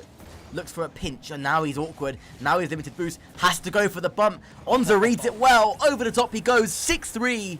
And that might be all she wrote for the upper final. If Onza can keep his cool, which, to be fair to him, hasn't looked like losing all day. His cool anyway. He really hasn't. He really hasn't, Stellan. Just going back to some of those previous affairs, Onza down 4-1 in a match, decided he just wanted to come back from it, or rather that was Envy. This time around, Onza leading the charge, albeit without all of the opportunities, without all of the pressure, but making the most of what he is given, and absolutely does work for. Now he's going to chase Envy across half the pitch, try and disrupt him as much as possible by taking that mid boost, play a little low 50-50, keep the ball within his grasp, and don't give Envy an opportunity to really look at net. There's now 45 boost. He's going to play a soft touch once again. Envy beats out that time around. It's going to be flung towards net. It's going to be a comfortable save once again for Onza. And I think it's just at that stage now, Stelios, where it really is an impossibility, or at the very least, incredibly hard for Envy to get anything from this. Nope, I think it will be Onza's series, and Onza will retain his #1 seeded spot at the Interservice. 1 versus 1 LAN. Another cracking affair live on stream for you all to enjoy. And wow, what a performance from the 2 players. Incredible sportsmanship between the 2 of them as well. Lots of respect between the 2 players. And well done. So Onza, who as has been touted as the king of ones across the 3 services, shows his class, shows his experience, shows his quality. But he wasn't totally without his problems, totally free of trouble, really. And he will feel almightily confident going into the LAN, and a massive well done to him. Absolutely. Congratulations to Onza. Exceptional player, disciplines, and across the board just has the experience to dictate the pace of the play as and when needed. If he's in the lead, he'll really make you work to score anything, or if he's playing from behind, he'll come up with those little sort of opportunistic low percentage plays to put something up against you. And honestly, Envy showed class throughout. I think towards the end, it almost looked like fatigue from my point of view, the way he was so desperately clinging for those direct plays, Envy. And I know he's got more to give when it comes to that Interservice finals, but nonetheless, Onza secured his position as the #1 seed going into it. And well, I do believe, if I'm not mistaken, Stelios, Envy is going to be dropping down to that losers round 4, so that we can have a look at him later on. It is indeed. And Cash, good to see you, brother. I hope you're doing well. I hope you're getting ready for that massive move to APAC. Can't wait to see you in action, bro. Thank you for dropping by. Yeah, I mean, what an incredible series. Envy does drop down into the next game. He'll be on the final game on stream. He will be playing against the winner of Cedric versus Logan. Again, this will be a very intriguing affair when you consider that Cedric lost to Bale and Logan beat Bale. So that's one to prepare yourselves for, and we'll be bringing you the action from that in just about 2 minutes' time. Stay tuned.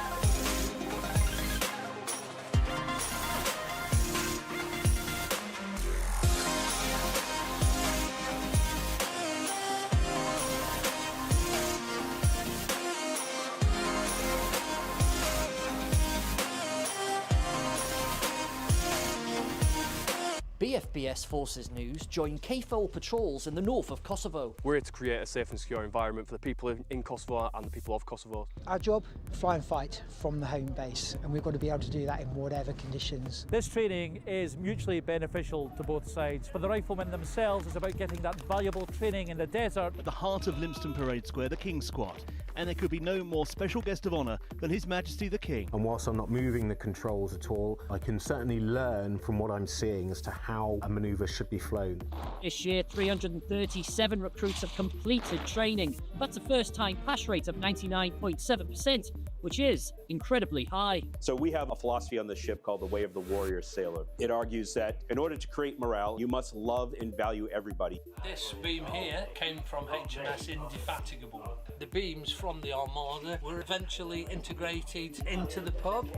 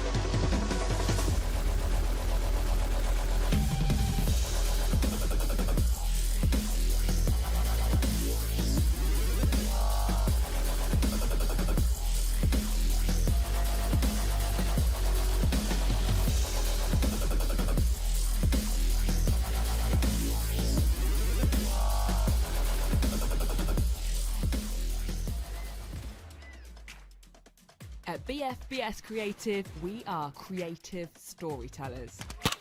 We are specialists in unraveling the untold, even from the most difficult locations. We help you reach the audiences you need to reach. From documentary interviews to addressing communication hurdles and crafting your content strategy, we can do it all. We thrive in the toughest environments, ensuring your stories are told brilliantly.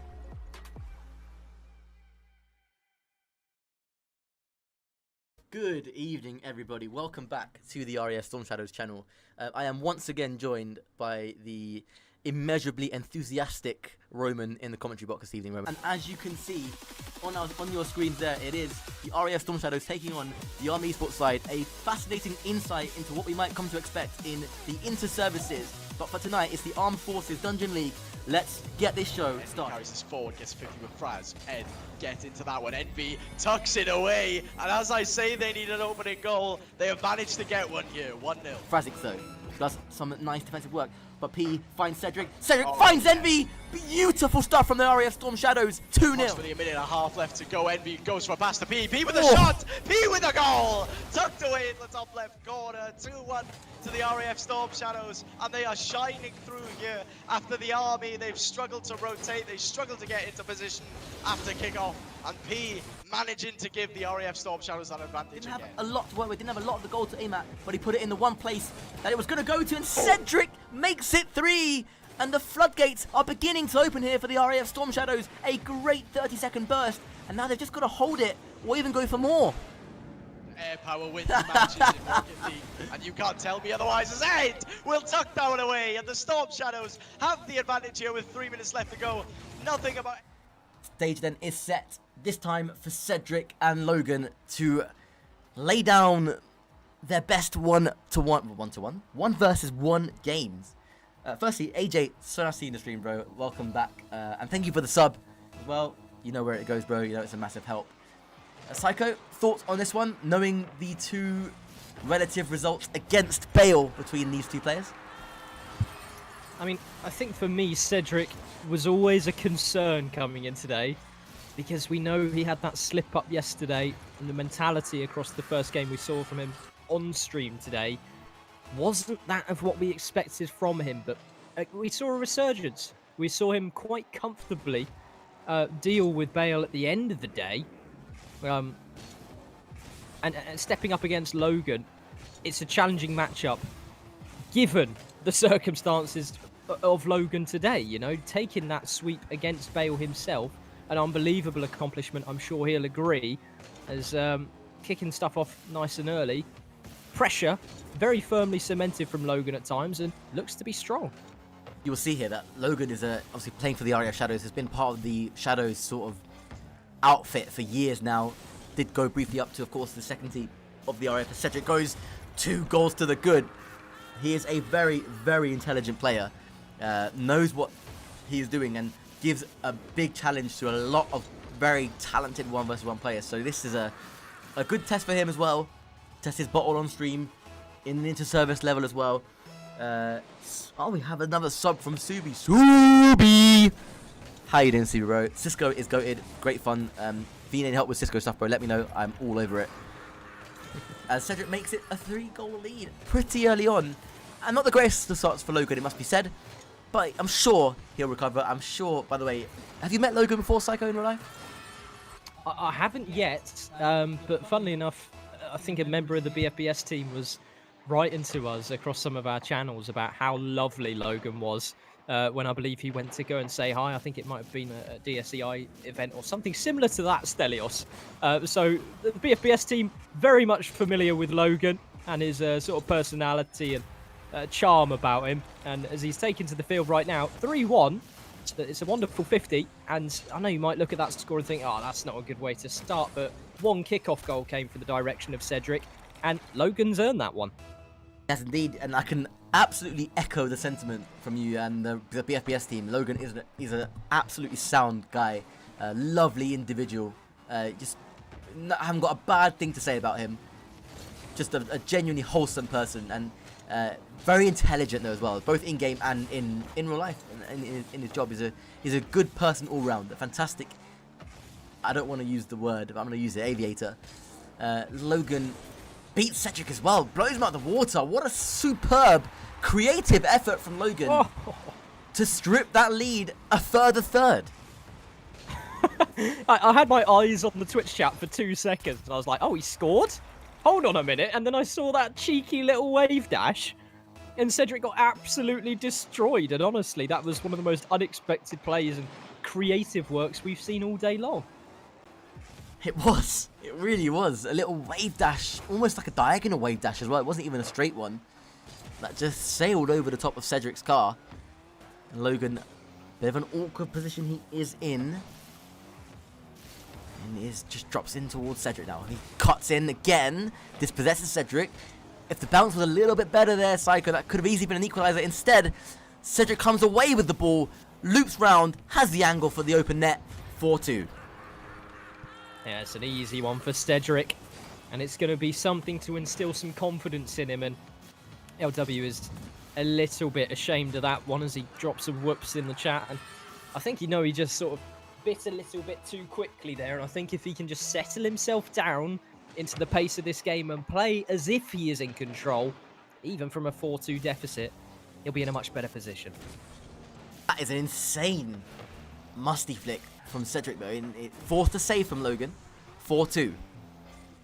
On his own backboard, takes one touch, goes for a coast to coast. He's more than capable of this play, lands the flip reset, and Logan has to work really hard to keep that one out. It's almost Onzer-esque defending. As Cedric goes again now. Look at him really finding his confidence and finding his feet. Flip resetting all over the place, all over in front of the very face of Logan now, who works hard to get up the pitch. Must be said, Cedric is at the moment, Psycho. It must be said he is in control of this game. Absolutely so, and he's going to grab 100 boost just to rub the salt in the wound. An early challenge is actually going to go Logan's direction, and it's going to be a tempting opportunity to rip a shot on net, but Cedric has really fumbled the chance at an open net, made it more difficult than he needed to, but he does come away with a fifth, and to his credit, Cedric has been all over the possession game so far. He has. Logan saying at least no Brazil, LMAO. I mean, yeah, fair play. You could look at it like that. That is one way to have a positive spin on this game for him. Not out of it just yet. There's 2 minutes is plenty of time. It is loads of time to come back in ones. We've seen it, multiple occasions with Onzer and Bale, Onzer and Envy. Like it's Nothing he needs to concern himself too much just yet. Don't want to be seeing him beating himself. Logan. Looking for that similar unpredictable wave dash playstyle again. Cedric just meeting it and nipping it in the bud pretty early on this time as Logan goes up, fakes the flip reset. Fakes the flip and flicks into the top right. Clinical stuff from Logan. 5-3, and you can still see that there is life left in the RAF Shadows man. Good little recovery with the upside down jump to get to ground quickly after he baited out Cedric with the initial sort of fake challenge there. And it was very, very similar in its nature to the wave dash play we saw, where he tries to just almost tease the defender into making that early lunge and play it around the side. Great 50-50 on the goal line as well. He's going to be bumped towards the ball. Surely it's going to be 4. He can maybe squeeze this one home, but it's pinged off the post. And for a player who said at least it's not a Brazil, it could have been 4-5. Just a 1-goal gap between the two in a very unlikely game. Indeed. Cedric will rise though, gets a reset again. Logan on the back ball, gets a second reset. Bit of an awkward recovery for Logan on his own back ball when he did commit. Cedric baiting him in. And with mechanics I can only describe as witchcraft, keeping the ball in the air for that long with resets and musties, Cedric, I think, puts to bed game 1. Though I hope I'm not cursing it. You know what? I'm going to say I hope you did curse it, because LW, I want to see that sort of underdog run now. At the end of the day, they're playing for seeding. They're playing for that advantage when they get pushed to the finals. And I want Logan to feel confident going into that. I don't want him to feel as if, you know, he's the odd one out in the room. Oh my god. And that is an unbelievable pogo. Coast to coast, as you put it, Stel. Beautiful execution. Oh. Logan just couldn't quite get his mitts on it. That is unbelievable from Cedric. And Logan was forced, as he said, into panicking off the back of that pogo off the coast to coast. He's a different player, is Cedric, right now, than the one that we saw yesterday and indeed at the start of today. He's found his rhythm. He's found his soul in the 1 versus 1 format. And at the moment, he is loving life and set to give Envy an interesting rematch if, of course, he can put this game to bed and indeed the game 2 to come. Logan has life with him. He's more than capable of beating Cedric. He just needs to be nothing short of perfect. But with saves like that onto your own backboard, anything's possible in game 2 if you can start well. Anything's possible, and even though it's a 7-3 result for Cedric, and even though we thought at times it was awkward for LW, what he has succeeded in is taking control of the ground game, and every time he's had a bit of presence downfield to create something for himself, I think he's delivered on expectations, surpassed expectations even. The 50-50s have been pretty strong across the board as well. So whenever he does get himself in that offensive territory, if he's baiting out a defender, you can expect to see a couple of goals here or there, and maybe that's not good enough for, you know, a 5-minute length of time against Stel, but realistically, it's a strong performance from LW, throwing aside the small mishaps along the way. So hope for the best for potentially the last game of this series. Logan with a chance here. Can he get to it? No, it's a good bump by Cedric. Doesn't have the boost for a follow-up though, and Logan realizes this, keeps possession inside Cedric's half, and Cedric does eventually find the escape. Logan collects the boost, lets him run across the face of his own goal. Dangerous, risky, but indeed calculated from Logan. Now Cedric though with time in the air, sees the ball down onto the floor. Bit of a misplay from Cedric. Can Logan capitalize? No, he can't. It's a soft touch from Logan now, and he will go for the Cox here. Pinch, lands the mechanic, but the direction was the only thing missing from that. And moving forwards in the play, it's an unbelievable pinch from Cedric. We saw him going for it once or twice earlier on in this very stream, and he's delivered on expectations. 106. It was probably about 50,000 bounces to it as well. I mean, from Cedric and Gids earlier on in the day going Cuxia pinch for Cuxia pinch across both halves of the pitch. It wasn't too dissimilar. Logan trying one that came off but didn't have a direction, and then Cedric just obliterating the wall and the ball finding its way into the back of the net. You can see Cedric really expressing himself now, though he does make the mistake of being a little bit complacent, going for something too flashy, and Logan simply rolls it into the back of the net. 4 minutes to play, and we're all square again. Yeah, Yeah, I'd even go as far as to say he was getting a bit cocky there. He wanted to just make the defender look like a fool. And what's he done? He's made himself look like one, and he's got a little bit more work to do now with a 1-1 scoreline. And again, that complacency is something we can see sometimes from Cedric come to haunt him. Maybe looking towards game 1 earlier on today that we had on stream as a flip reset course. He's going to flick that one delicately past LW, who I think made the right call in that early dive. Just didn't quite read the room correctly. Good finish. Watched every millisecond. Every part of Logan's car was observed there by Cedric, waiting for him to bite, waiting for him to commit. Eventually, Logan had to, and he did do just that. And the ball sailed over his head into the back of the empty net. Logan, though, does take control here. Nice 50 as well on the car of Cedric, but he takes control of the boost as well. Unbeknownst to him, though, Cedric still does have enough boost in the tank to deal with it. Logan, a bit more aggression now from him, not giving Cedric any respect or time on the ball. It was working, but the counter-attack from Cedric only good enough to hit the post. And here you feel that if Cedric is to take control of this game again, he needs the next goal.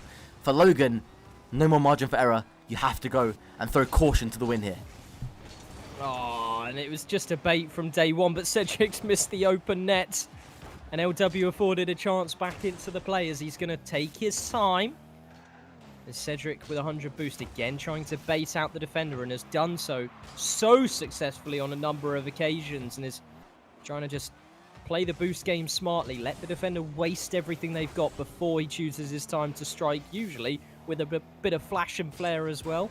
100 boost now, nothing made of that touch. LW on the counter-attack, drops it down, a little pop to force Cedric into the back corner, but nothing gives. Logan, though, keeps the press alive, and there is a shooting opportunity here, and it was just off target. And will he be punished? The shot from Cedric is going to find the post again. Logan just sits and waits for it. And if there was a bit more clinical shooting from Cedric, he could have easily been on about 5 or 6 goals. Instead, he has to settle for just a third, after Logan's unfortunate clearance was just too flat onto the part of the wall where it's a flat bounce rather than a down line bounce. And although Cedric has missed 3 open nets, he is still in the lead. He still does have control over the series. It's his to lose at this point. I've seen Square Edric, I've seen C, I've seen Ed, but one name I haven't seen is Post Rick, and I think that's going to be my nickname for him at the moment, because he cannot put that towards the net at the moment. It's unbelievable. Post Rick. Cedric's going to be laughing if he does watch it back in the VOD himself, but nonetheless, Logan is going to press forwards. Control established short term in the corner for Cedric, and 100 boost to his name as well. Again, baiting out that last defender. Pushed across to that right-hand corner now. 100 boost, still in Cedric's ballpark, and he's going to go for something flashy here. I've seen this one before. I knew it was coming before he even made the touch, Stelios. Unfortunately, Logan just... I love the attempt at the fake. And there is a second fake. He's still fighting, Logan. He is still trying. And I told you he's a very intelligent player. He plays with his mind. He's a very chess-like player. It's strategic. Right now, though, Cedric just has the upper hand. He's given all the freedom he wants in the air by Logan, which is a bit to his detriment. He drops it down, though. That's time. Maybe this is the plan. Maybe he wants Cedric to have all the time in the world and to make the mistakes and give him 3 open nets, because that is another free goal. And this game isn't as out of sight as Cedric will want it to be, especially now with the lead only being 1. Yeah, and credit to Logan for just chilling out on the goal line, taking his time. And he wanted to make sure he didn't get clips. That's exactly what he's put in chat. I promise I'm not some sort of a wizard reading into their minds. They're laying it out quite plainly for us. As Logan is going to settle it down by his front post. He's going to go for a direct attempt. 1 pop-up to bait out the defender and a finishing blow. Couldn't quite get it round that time around. Lots of time now, though, to get back up quickly when least expected. And Cedric absolutely didn't see that turn coming. And there you have it. The detriments of being too confident sometimes. Cedric playing with his food, but the food biting back, and Logan showing that he's not just prey, he can be predator. That is a fine fake kick off as well from Logan now, who has a bit of confidence of his own. Is that a mistake? It's not off the post this time. It is into the back of the net, and the lead restored for Cedric. He'll be delighted with that one, because if Logan got that next goal, all hell could have broken loose. He could have been the one with the upper hand, with the confidence, with the momentum. But Cedric keeps his cool and goes in the lead again, looking to set up that all-important rematch for him against his teammate for the RS Storm Shadows, Envy, who awaits in our final series of the qualifiers. It's going to be a really tasty matchup to come if this series goes the direction we kind of assume it will, and Cedric takes that one around. Logan is just going to chill and wait. Really punished by a snappy touch there from Cedric. It's a loose one though, and 100 boost found. Logan all the way back in net is going to have to play counter-attack again. It's a great 50-50 from both parties, and Logan's going to charge downfield to try and make his move, but full ball control means another attempt for across the court play from Cedric. Flip reset court, nothing gives on the follow-up, and Logan with one final opportunity to come up with something special.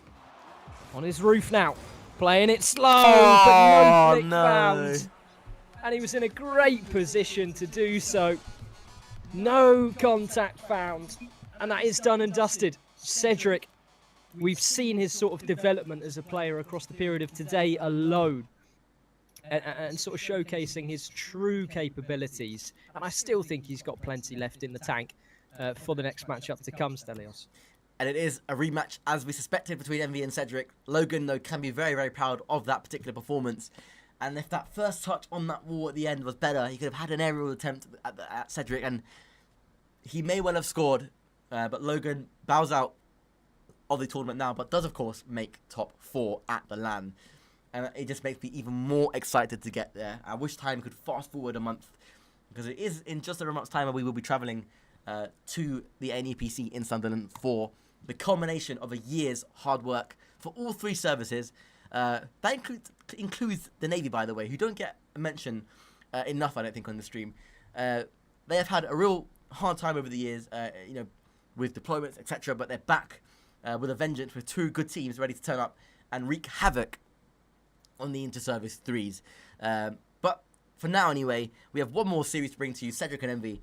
We'll be back after a very short break. Stay tuned for what will be the last series of the evening.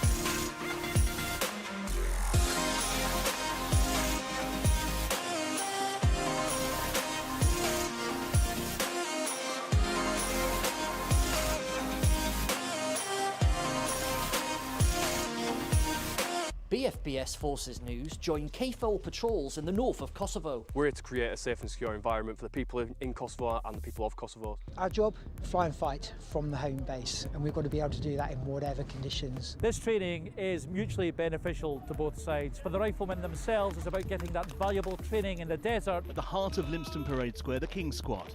And there could be no more special guest of honour than His Majesty the King. And whilst I'm not moving the controls at all, I can certainly learn from what I'm seeing as to how a manoeuvre should be flown.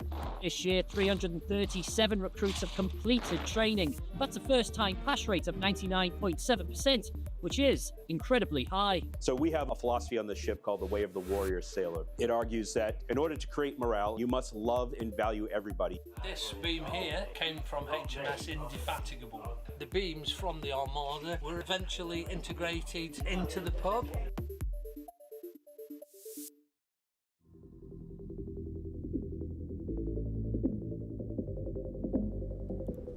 Welcome back, ladies and gentlemen. You join us here in the culmination of the past 2 days' hard works from players and talent alike, especially looking at yourself, Stelios, and Cedric as well, of course, and all of the people behind the scenes who have made this 1v1 qualifier a reality. And of course, a massive thanks to all of the players who have been involved today. But the final match of the day, Cedric versus Envy, the Storm Shadows derby itself, to kick us off. Cedric and Envy do a battle in the centre of the park early on. Final series of the day. For seeding, of course, but important nevertheless, as aggressive 50 from the start of them, by the way. If that's anything to go by, there'll be a lot of aggression in this game, in this series, as Envy gets the first kind break of the night, but doesn't capitalise. The flicked effort is a good one, and Cedric flicks away to his right-hand side. We are well underway here. Absolutely, and 4:33 on the clock, 0 goals each direction, and Envy's going to scarper back to his own back corner and take a bit of possession. A similar sort of approach to we saw when he was playing against Onzer. He really does like to push the ball backwards and control the boost game as a priority, as Cedric's going to go up quickly here, tries to dummy out Envy for the potential flip reset, opted for the 50 in the end. The defender wise to the play, as now Cedric to go underneath, tries to squeeze it by that far side post, nothing gives. And Envy didn't have the momentum to put any real impetus on that shot. Envy coming off the roof, reading an aerial play by Cedric, didn't happen. Cedric fakes wonderfully, and you can see the aggression. They are battering each other right now. It is pretty funny to watch. As Envy, oh, it's a bit of an error. Cedric takes the lead, 1-0. And it took just over a minute and 20, maybe a bit longer than we normally have waited for this evening for a goal. But there was a reason for that, and that was due to the pure aggression and 50s that were had. That meant neutral balls and neutral touches. Cedric eventually breaks the deadlock. And Envy had no boost in the tank to work with, so was kind of forced into an uncomfortable situation there, and he wanted to get involved even with no boost, and opted for that low pop to try and keep the ball in his grasp. Just didn't pan out the way Envy wanted with that touch, and it's an unfortunate way for him to concede a first, as now Cedric is going to reel up that breezy flick. Doesn't quite get the loft and the height as he usually would, but awfully close. Envy going for a disgusting attempt at a sidewall off of a musty. Does Cedric punish? The shot's on target, just off the crossbar and down. Envy recovers, and his touch, whilst a looping one towards Cedric's half, is not going to trouble his Storm Shadows captain. And it's going to be another chance for Cedric. I think he could have shot that first time, and it could have just crept past Envy. But just no tenacity to go towards that particular ball, and now with low boost in the attack, Envy's going to keep up the press and run loops corner to corner. Opts to challenge the ball, avoids the bump. Smart play from Envy to play sort of the possession game. Here he goes again to the sidewall, pre-flip across, and it's just going to have to go all the way to that open space now. Envy picks up the loose ball, squares up Cedric, goes for a turtle shot of some sort. Question mark, because Cedric will take possession, but no, Envy cuts back in. Smart cut by Envy. Recognises his boost levels, had to do it. 50 for Cedric as well, that's a good 50 by Envy. And will he find the equalising goal? He does, with a delightful flicked effort just above the bonnet of Cedric, who was recovering pretty quick. But it wasn't enough, and we're all square. And that just shows the power of just a standard air dribble. Yep. If you can get your car behind that ball, the momentum's in your favour, and you can kind of pick and choose which direction you want to play with it. If it's, you know, towards the front end of your bonnet and you've got that time available. And honestly, in 1v1, it can be such a powerful tool these days. Everyone expects the flip reset, as Cedric has done there. Easily could have made it too, but an air dribble, it's tough to deal with. You know it's coming. It's just a matter of what do you do? It's so hard to defend. I hate it. I mean, I literally met Moxie in real life after the Birmingham Major and told him, question mark, Envy?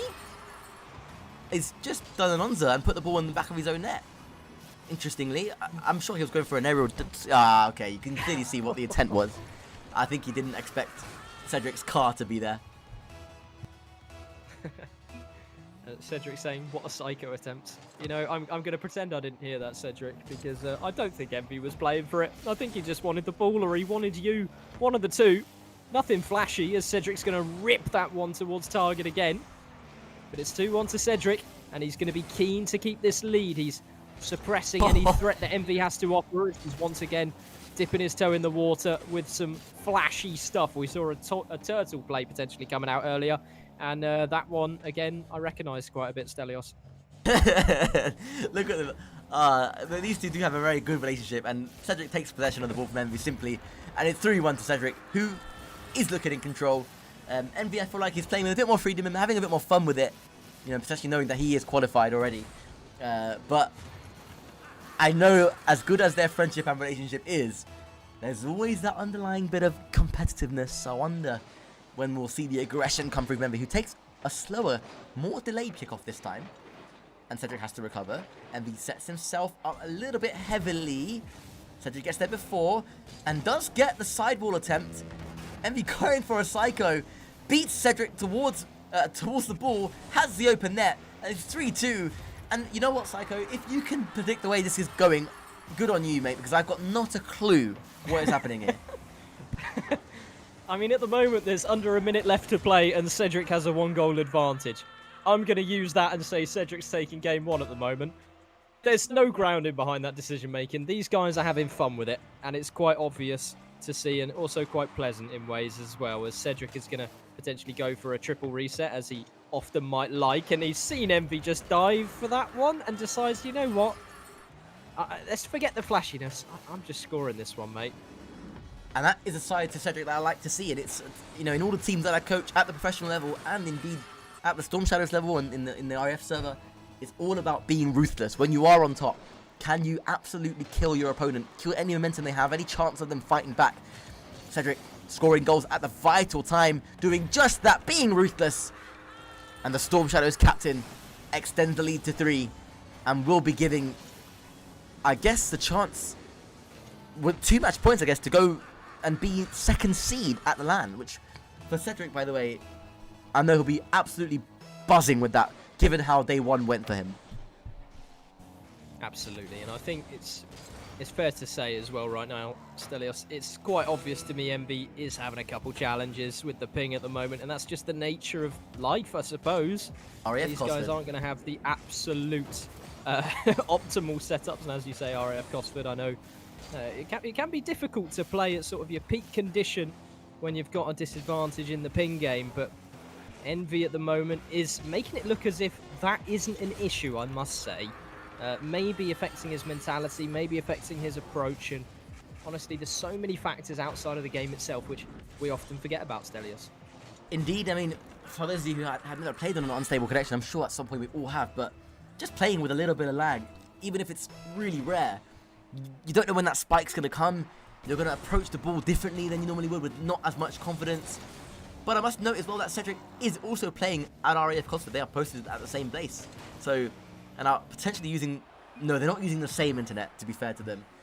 It is 1-0 at Cedric. It is match point to go to second seed at LAN. And it's going to be very, very interesting as to how Envy approaches the next game. Does he go all guns blazing and just attack Cedric's net as much as he possibly can? To be fair, I'm just seeing him spike pretty heavily. I think we both just saw that in the in-game lobby. He did just spike to about 130 ping. At this point, you expect Envy to be wary of this and adjusting it to his game. Not ideal, of course, but he'll give his best as we go into what could be the final game of this evening. It's been a great stream, I think, Psycho.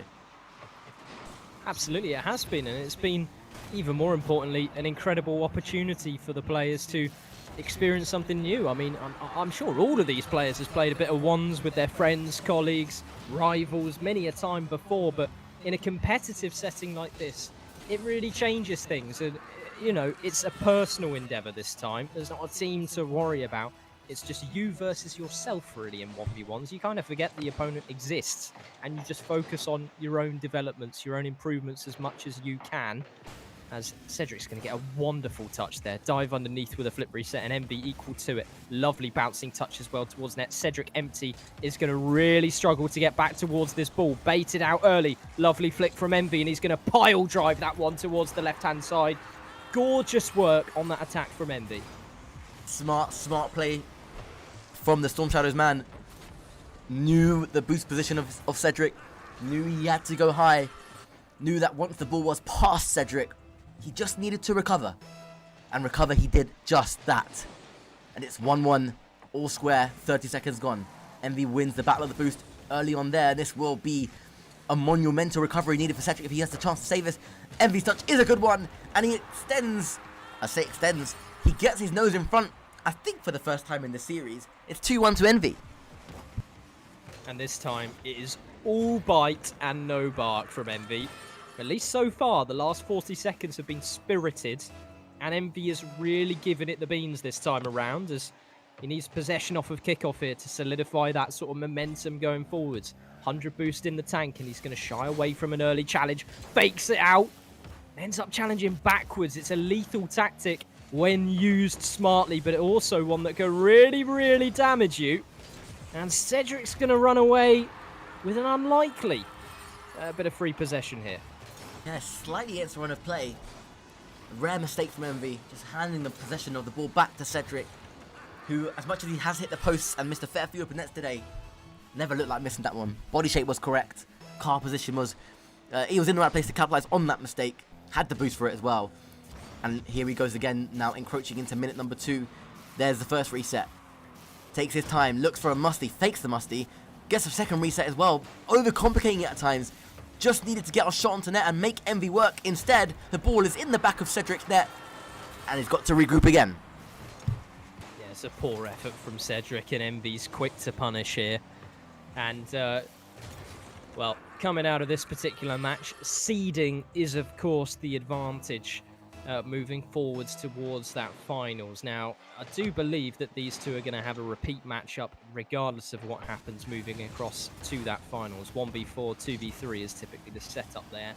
So I imagine this will be the same. Correct me if I'm wrong there, Stelios. I believe so. Regardless, it's an opportunity for both of these players to familiarise with one another. I'm sure they've played ones many a time, but seriously? Have they done that in a competitive setting too much? I doubt it as much. So it's going to be a nice bit of sort of learning to do in preparation for December.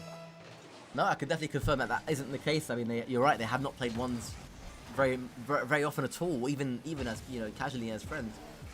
They are typically queuing together 2s or 3s, working hard on the 3v3 side of things. You know, looking to retain that championship this year, to become double Interservice champions. That would be some achievement, by the way. But for Envy and Cedric, the one time they have played against each other in ones was actually when BFBS came down to RAF Kosovo to do some filming.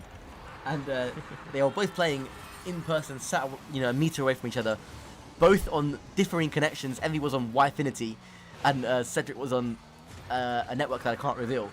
And they both had differing pings. Envy had higher ping. No, I think Cedric had higher ping, sorry, and Cedric still managed to win the 1v1, which was filmed. And BFBS have the footage of it somewhere. So, you know, it's like feel free to go and hunt that one down. It's funny to watch. I'm gonna have to go look at the internal archives now for a bit of lore towards the finals. That'll be a funny one to go back on. I wonder if that VOD's saved anywhere or that replay is saved anywhere. I think the replays are saved somewhere, but there was no stream for it. It was filmed content for BFBS, so it'll be in the archives somewhere, right?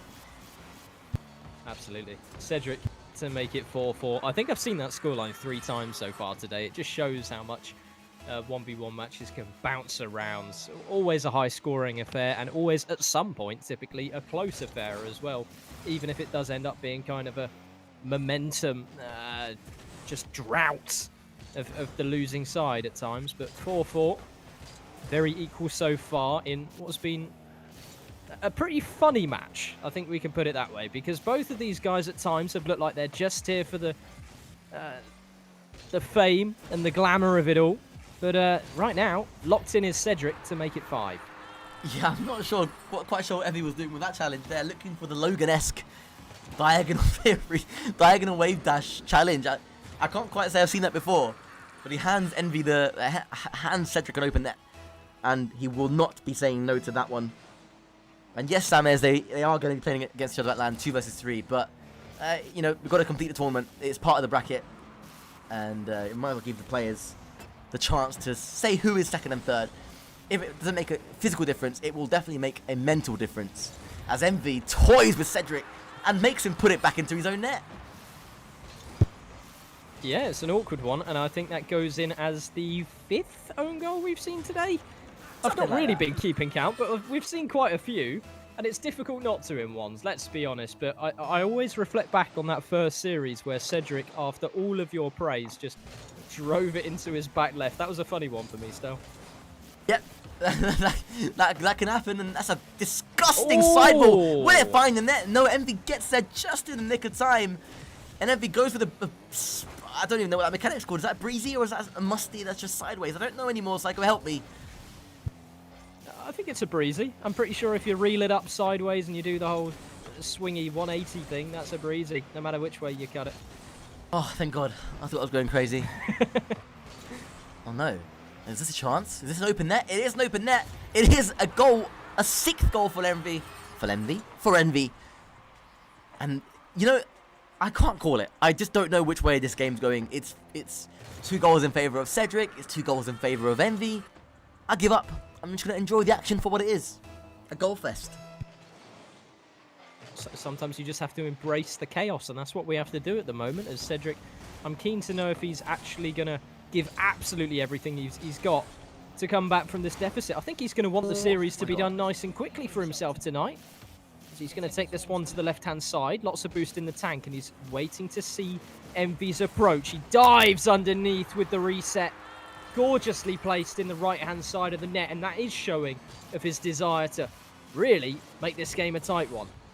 6-6. Poised wonderfully heading into the final minute. Reedy says, what a save, Holy. Referring to the save Envy made on that ridiculous sidewall attempt from Cedric. But he couldn't do anything about that aerial play from Cedric now as the ball drops inside the half of Envy. Storm Shadow's Starlet, the man who has so much potential still and is still in his developing stages of his Royal Air Force Rocket League career, has shown great improvements this year and will be looking to do the same going into 2026. Drops awkwardly. Envy does get there and surprises Cedric. 7-6. A 13-goal thriller so far. And is there more? Potentially. I feel like this is not the last goal in the game. And Envy, it needs to be from him the next goal, I think. And that will secure it. I don't think the 1-goal lead is safe. Absolutely not. And it's going to be a difficult kick-off. Envy struggling with the ping game at the moment. Was able to make a quick challenge last time around. And it's all well and good when you're in possession. But what can you do when you're off of the ball? You can do stuff like that. Gorgeous save to the crossbar. And it's a whiff from Cedric. And it's a big one to let Envy have another chance at goal. He's going to get a demo, collect the 100 boost as well. Drop to the floor nice and quickly and wiggle it all around. 8-6 is the scoreline. Envy very likely now to push this to a game 3. So we are destined for one more best of 3, going the full length here to decide the 2nd seed at the Interservice Championship LAN for the 1 versus 1. Envy heading away to left-hand side, collects the boost now. Said it will take the back boost of his own. I just can't see a comeback, especially not now with a 3-goal advantage. 9-6. Definitive now. And it could have gone either way, honestly. And they want me to go next. I guess I could do that if I just reset to 5 minutes. I mean, you know, why not? I never thought that was possible. I forgot with this lovely new update, by the way, which, in my opinion, needed to happen. This match admin update for broadcasters and people like us. The best thing since sliced bread, by the way. So shout out Salnix and the mastermind behind that one. I'm sure you'll agree, right? Absolutely, yeah. It's a necessary change and one that's really helpful for people like us who might encounter technical difficulties or players in a situation similar to this one where they're asking, look, we just want to hurry this one up. And you know what? That's completely understandable. When it comes to competitive situations, sometimes you need to throw a pause, and you couldn't if you weren't an RLCS admin ahead of this update. So, yeah, very, very useful stuff. But moving into this final game, I think it's going to be sort of almost a friendship destroyer between Cedric and Envy. Both of these two are going to be looking to persevere. They're going to be looking to come out as the winners just for the sake of merit to cap this day off. Indeed, it's a pride thing, as they know they'll be playing against each other anyway, as Sam has pointed out in the chat. This is purely for the mental benefit of saying, it's me that's 2nd seed. I've got the advantage over you. I've beaten you before. And Cedric starts this one off wonderfully as we have a sub from Reedy. Reedy, thank you so much, brother. What a pleasure to have you in the community with us. Looking forward to seeing your RAF Rocket League career really kick on, especially in 2026, once we have all the new players in from the new generation of talent coming through, and we can rejig the top 2, even 3 teams. I'm very excited to get you involved in that, Reedy. So keep up the grind, keep up the great work, and you've made a fantastic impression on all of us here in your opening couple of weeks. No worries, bro. I'm glad you appreciate it. we appreciate you as well. As Cedric doubles the lead, 2-0. And looking convincing already, but there's just no point in speculating at this point. You know, it could easily turn... Oh. I think we are going to have a pause. Oh, I wasn't sure about that one. I think Envy was wiggling around. I don't know if it was a bit of lag or a fake at the end of the day, but both of these players I think are going to be happy to carry on regardless. Okay. And it is lag, unfortunately, for Envy. And, you know, I think it's something we've touched upon so far this series. That is the situation which Envy is presented with right now. It's going to be a struggle. It's going to be difficult as he's playing flashing red, but his sort of blood not quite boiling to that colour just yet, as he still remains within 2. I guess for Envy, you know, the hard work is done. You know, he's going to be facing Cedric anyway, so he won't be too bothered by the result here, especially knowing that at the LAN there is no room for lag, of course. Everything to play for in that regard as Cedric makes it 3.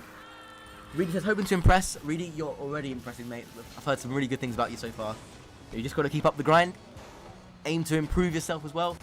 And I promise you we'll definitely have a team for you in early next year. Around February, March time is the date to look out for. Maybe even March, April, when we go for a full-on like rejig of the teams based on the talent coming in. Won't leak any names just yet. But let's look forward to. I mean, Psycho, we're planning all sorts with this roster mania. We're planning content around it, like Sky Sports News style, like, you know, clips going in the Discord server, that kind of stuff. It should be good. Yeah, it sounds fun, and you know, for these players coming in, it's going to be one thing to be playing and representing the official RAF rosters, but also to sort of have that spotlight shone on them. And I think that's kind of from a player's angle, everything that you could dream of, everything that you could wish from your own playing career, to have an experience similar to that sort of vision that people might paint in their picture of the glamour of a professional play at the very, very top level. But you can achieve those same experiences no matter where you are, and a community like this, I think, is an unbelievable platform to springboard off of and to share those experiences and just have a good time, Stelios.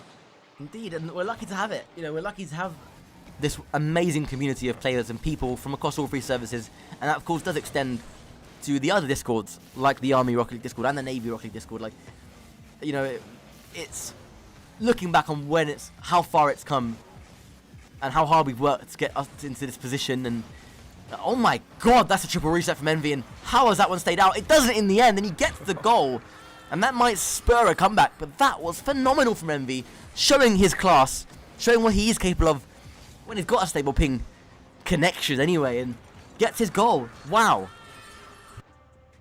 Yeah, it's beautiful work from Envy, and last game we saw him come back with some fight left in him. We saw him approach the play as if he had nothing left to lose. Here he goes again off the wall.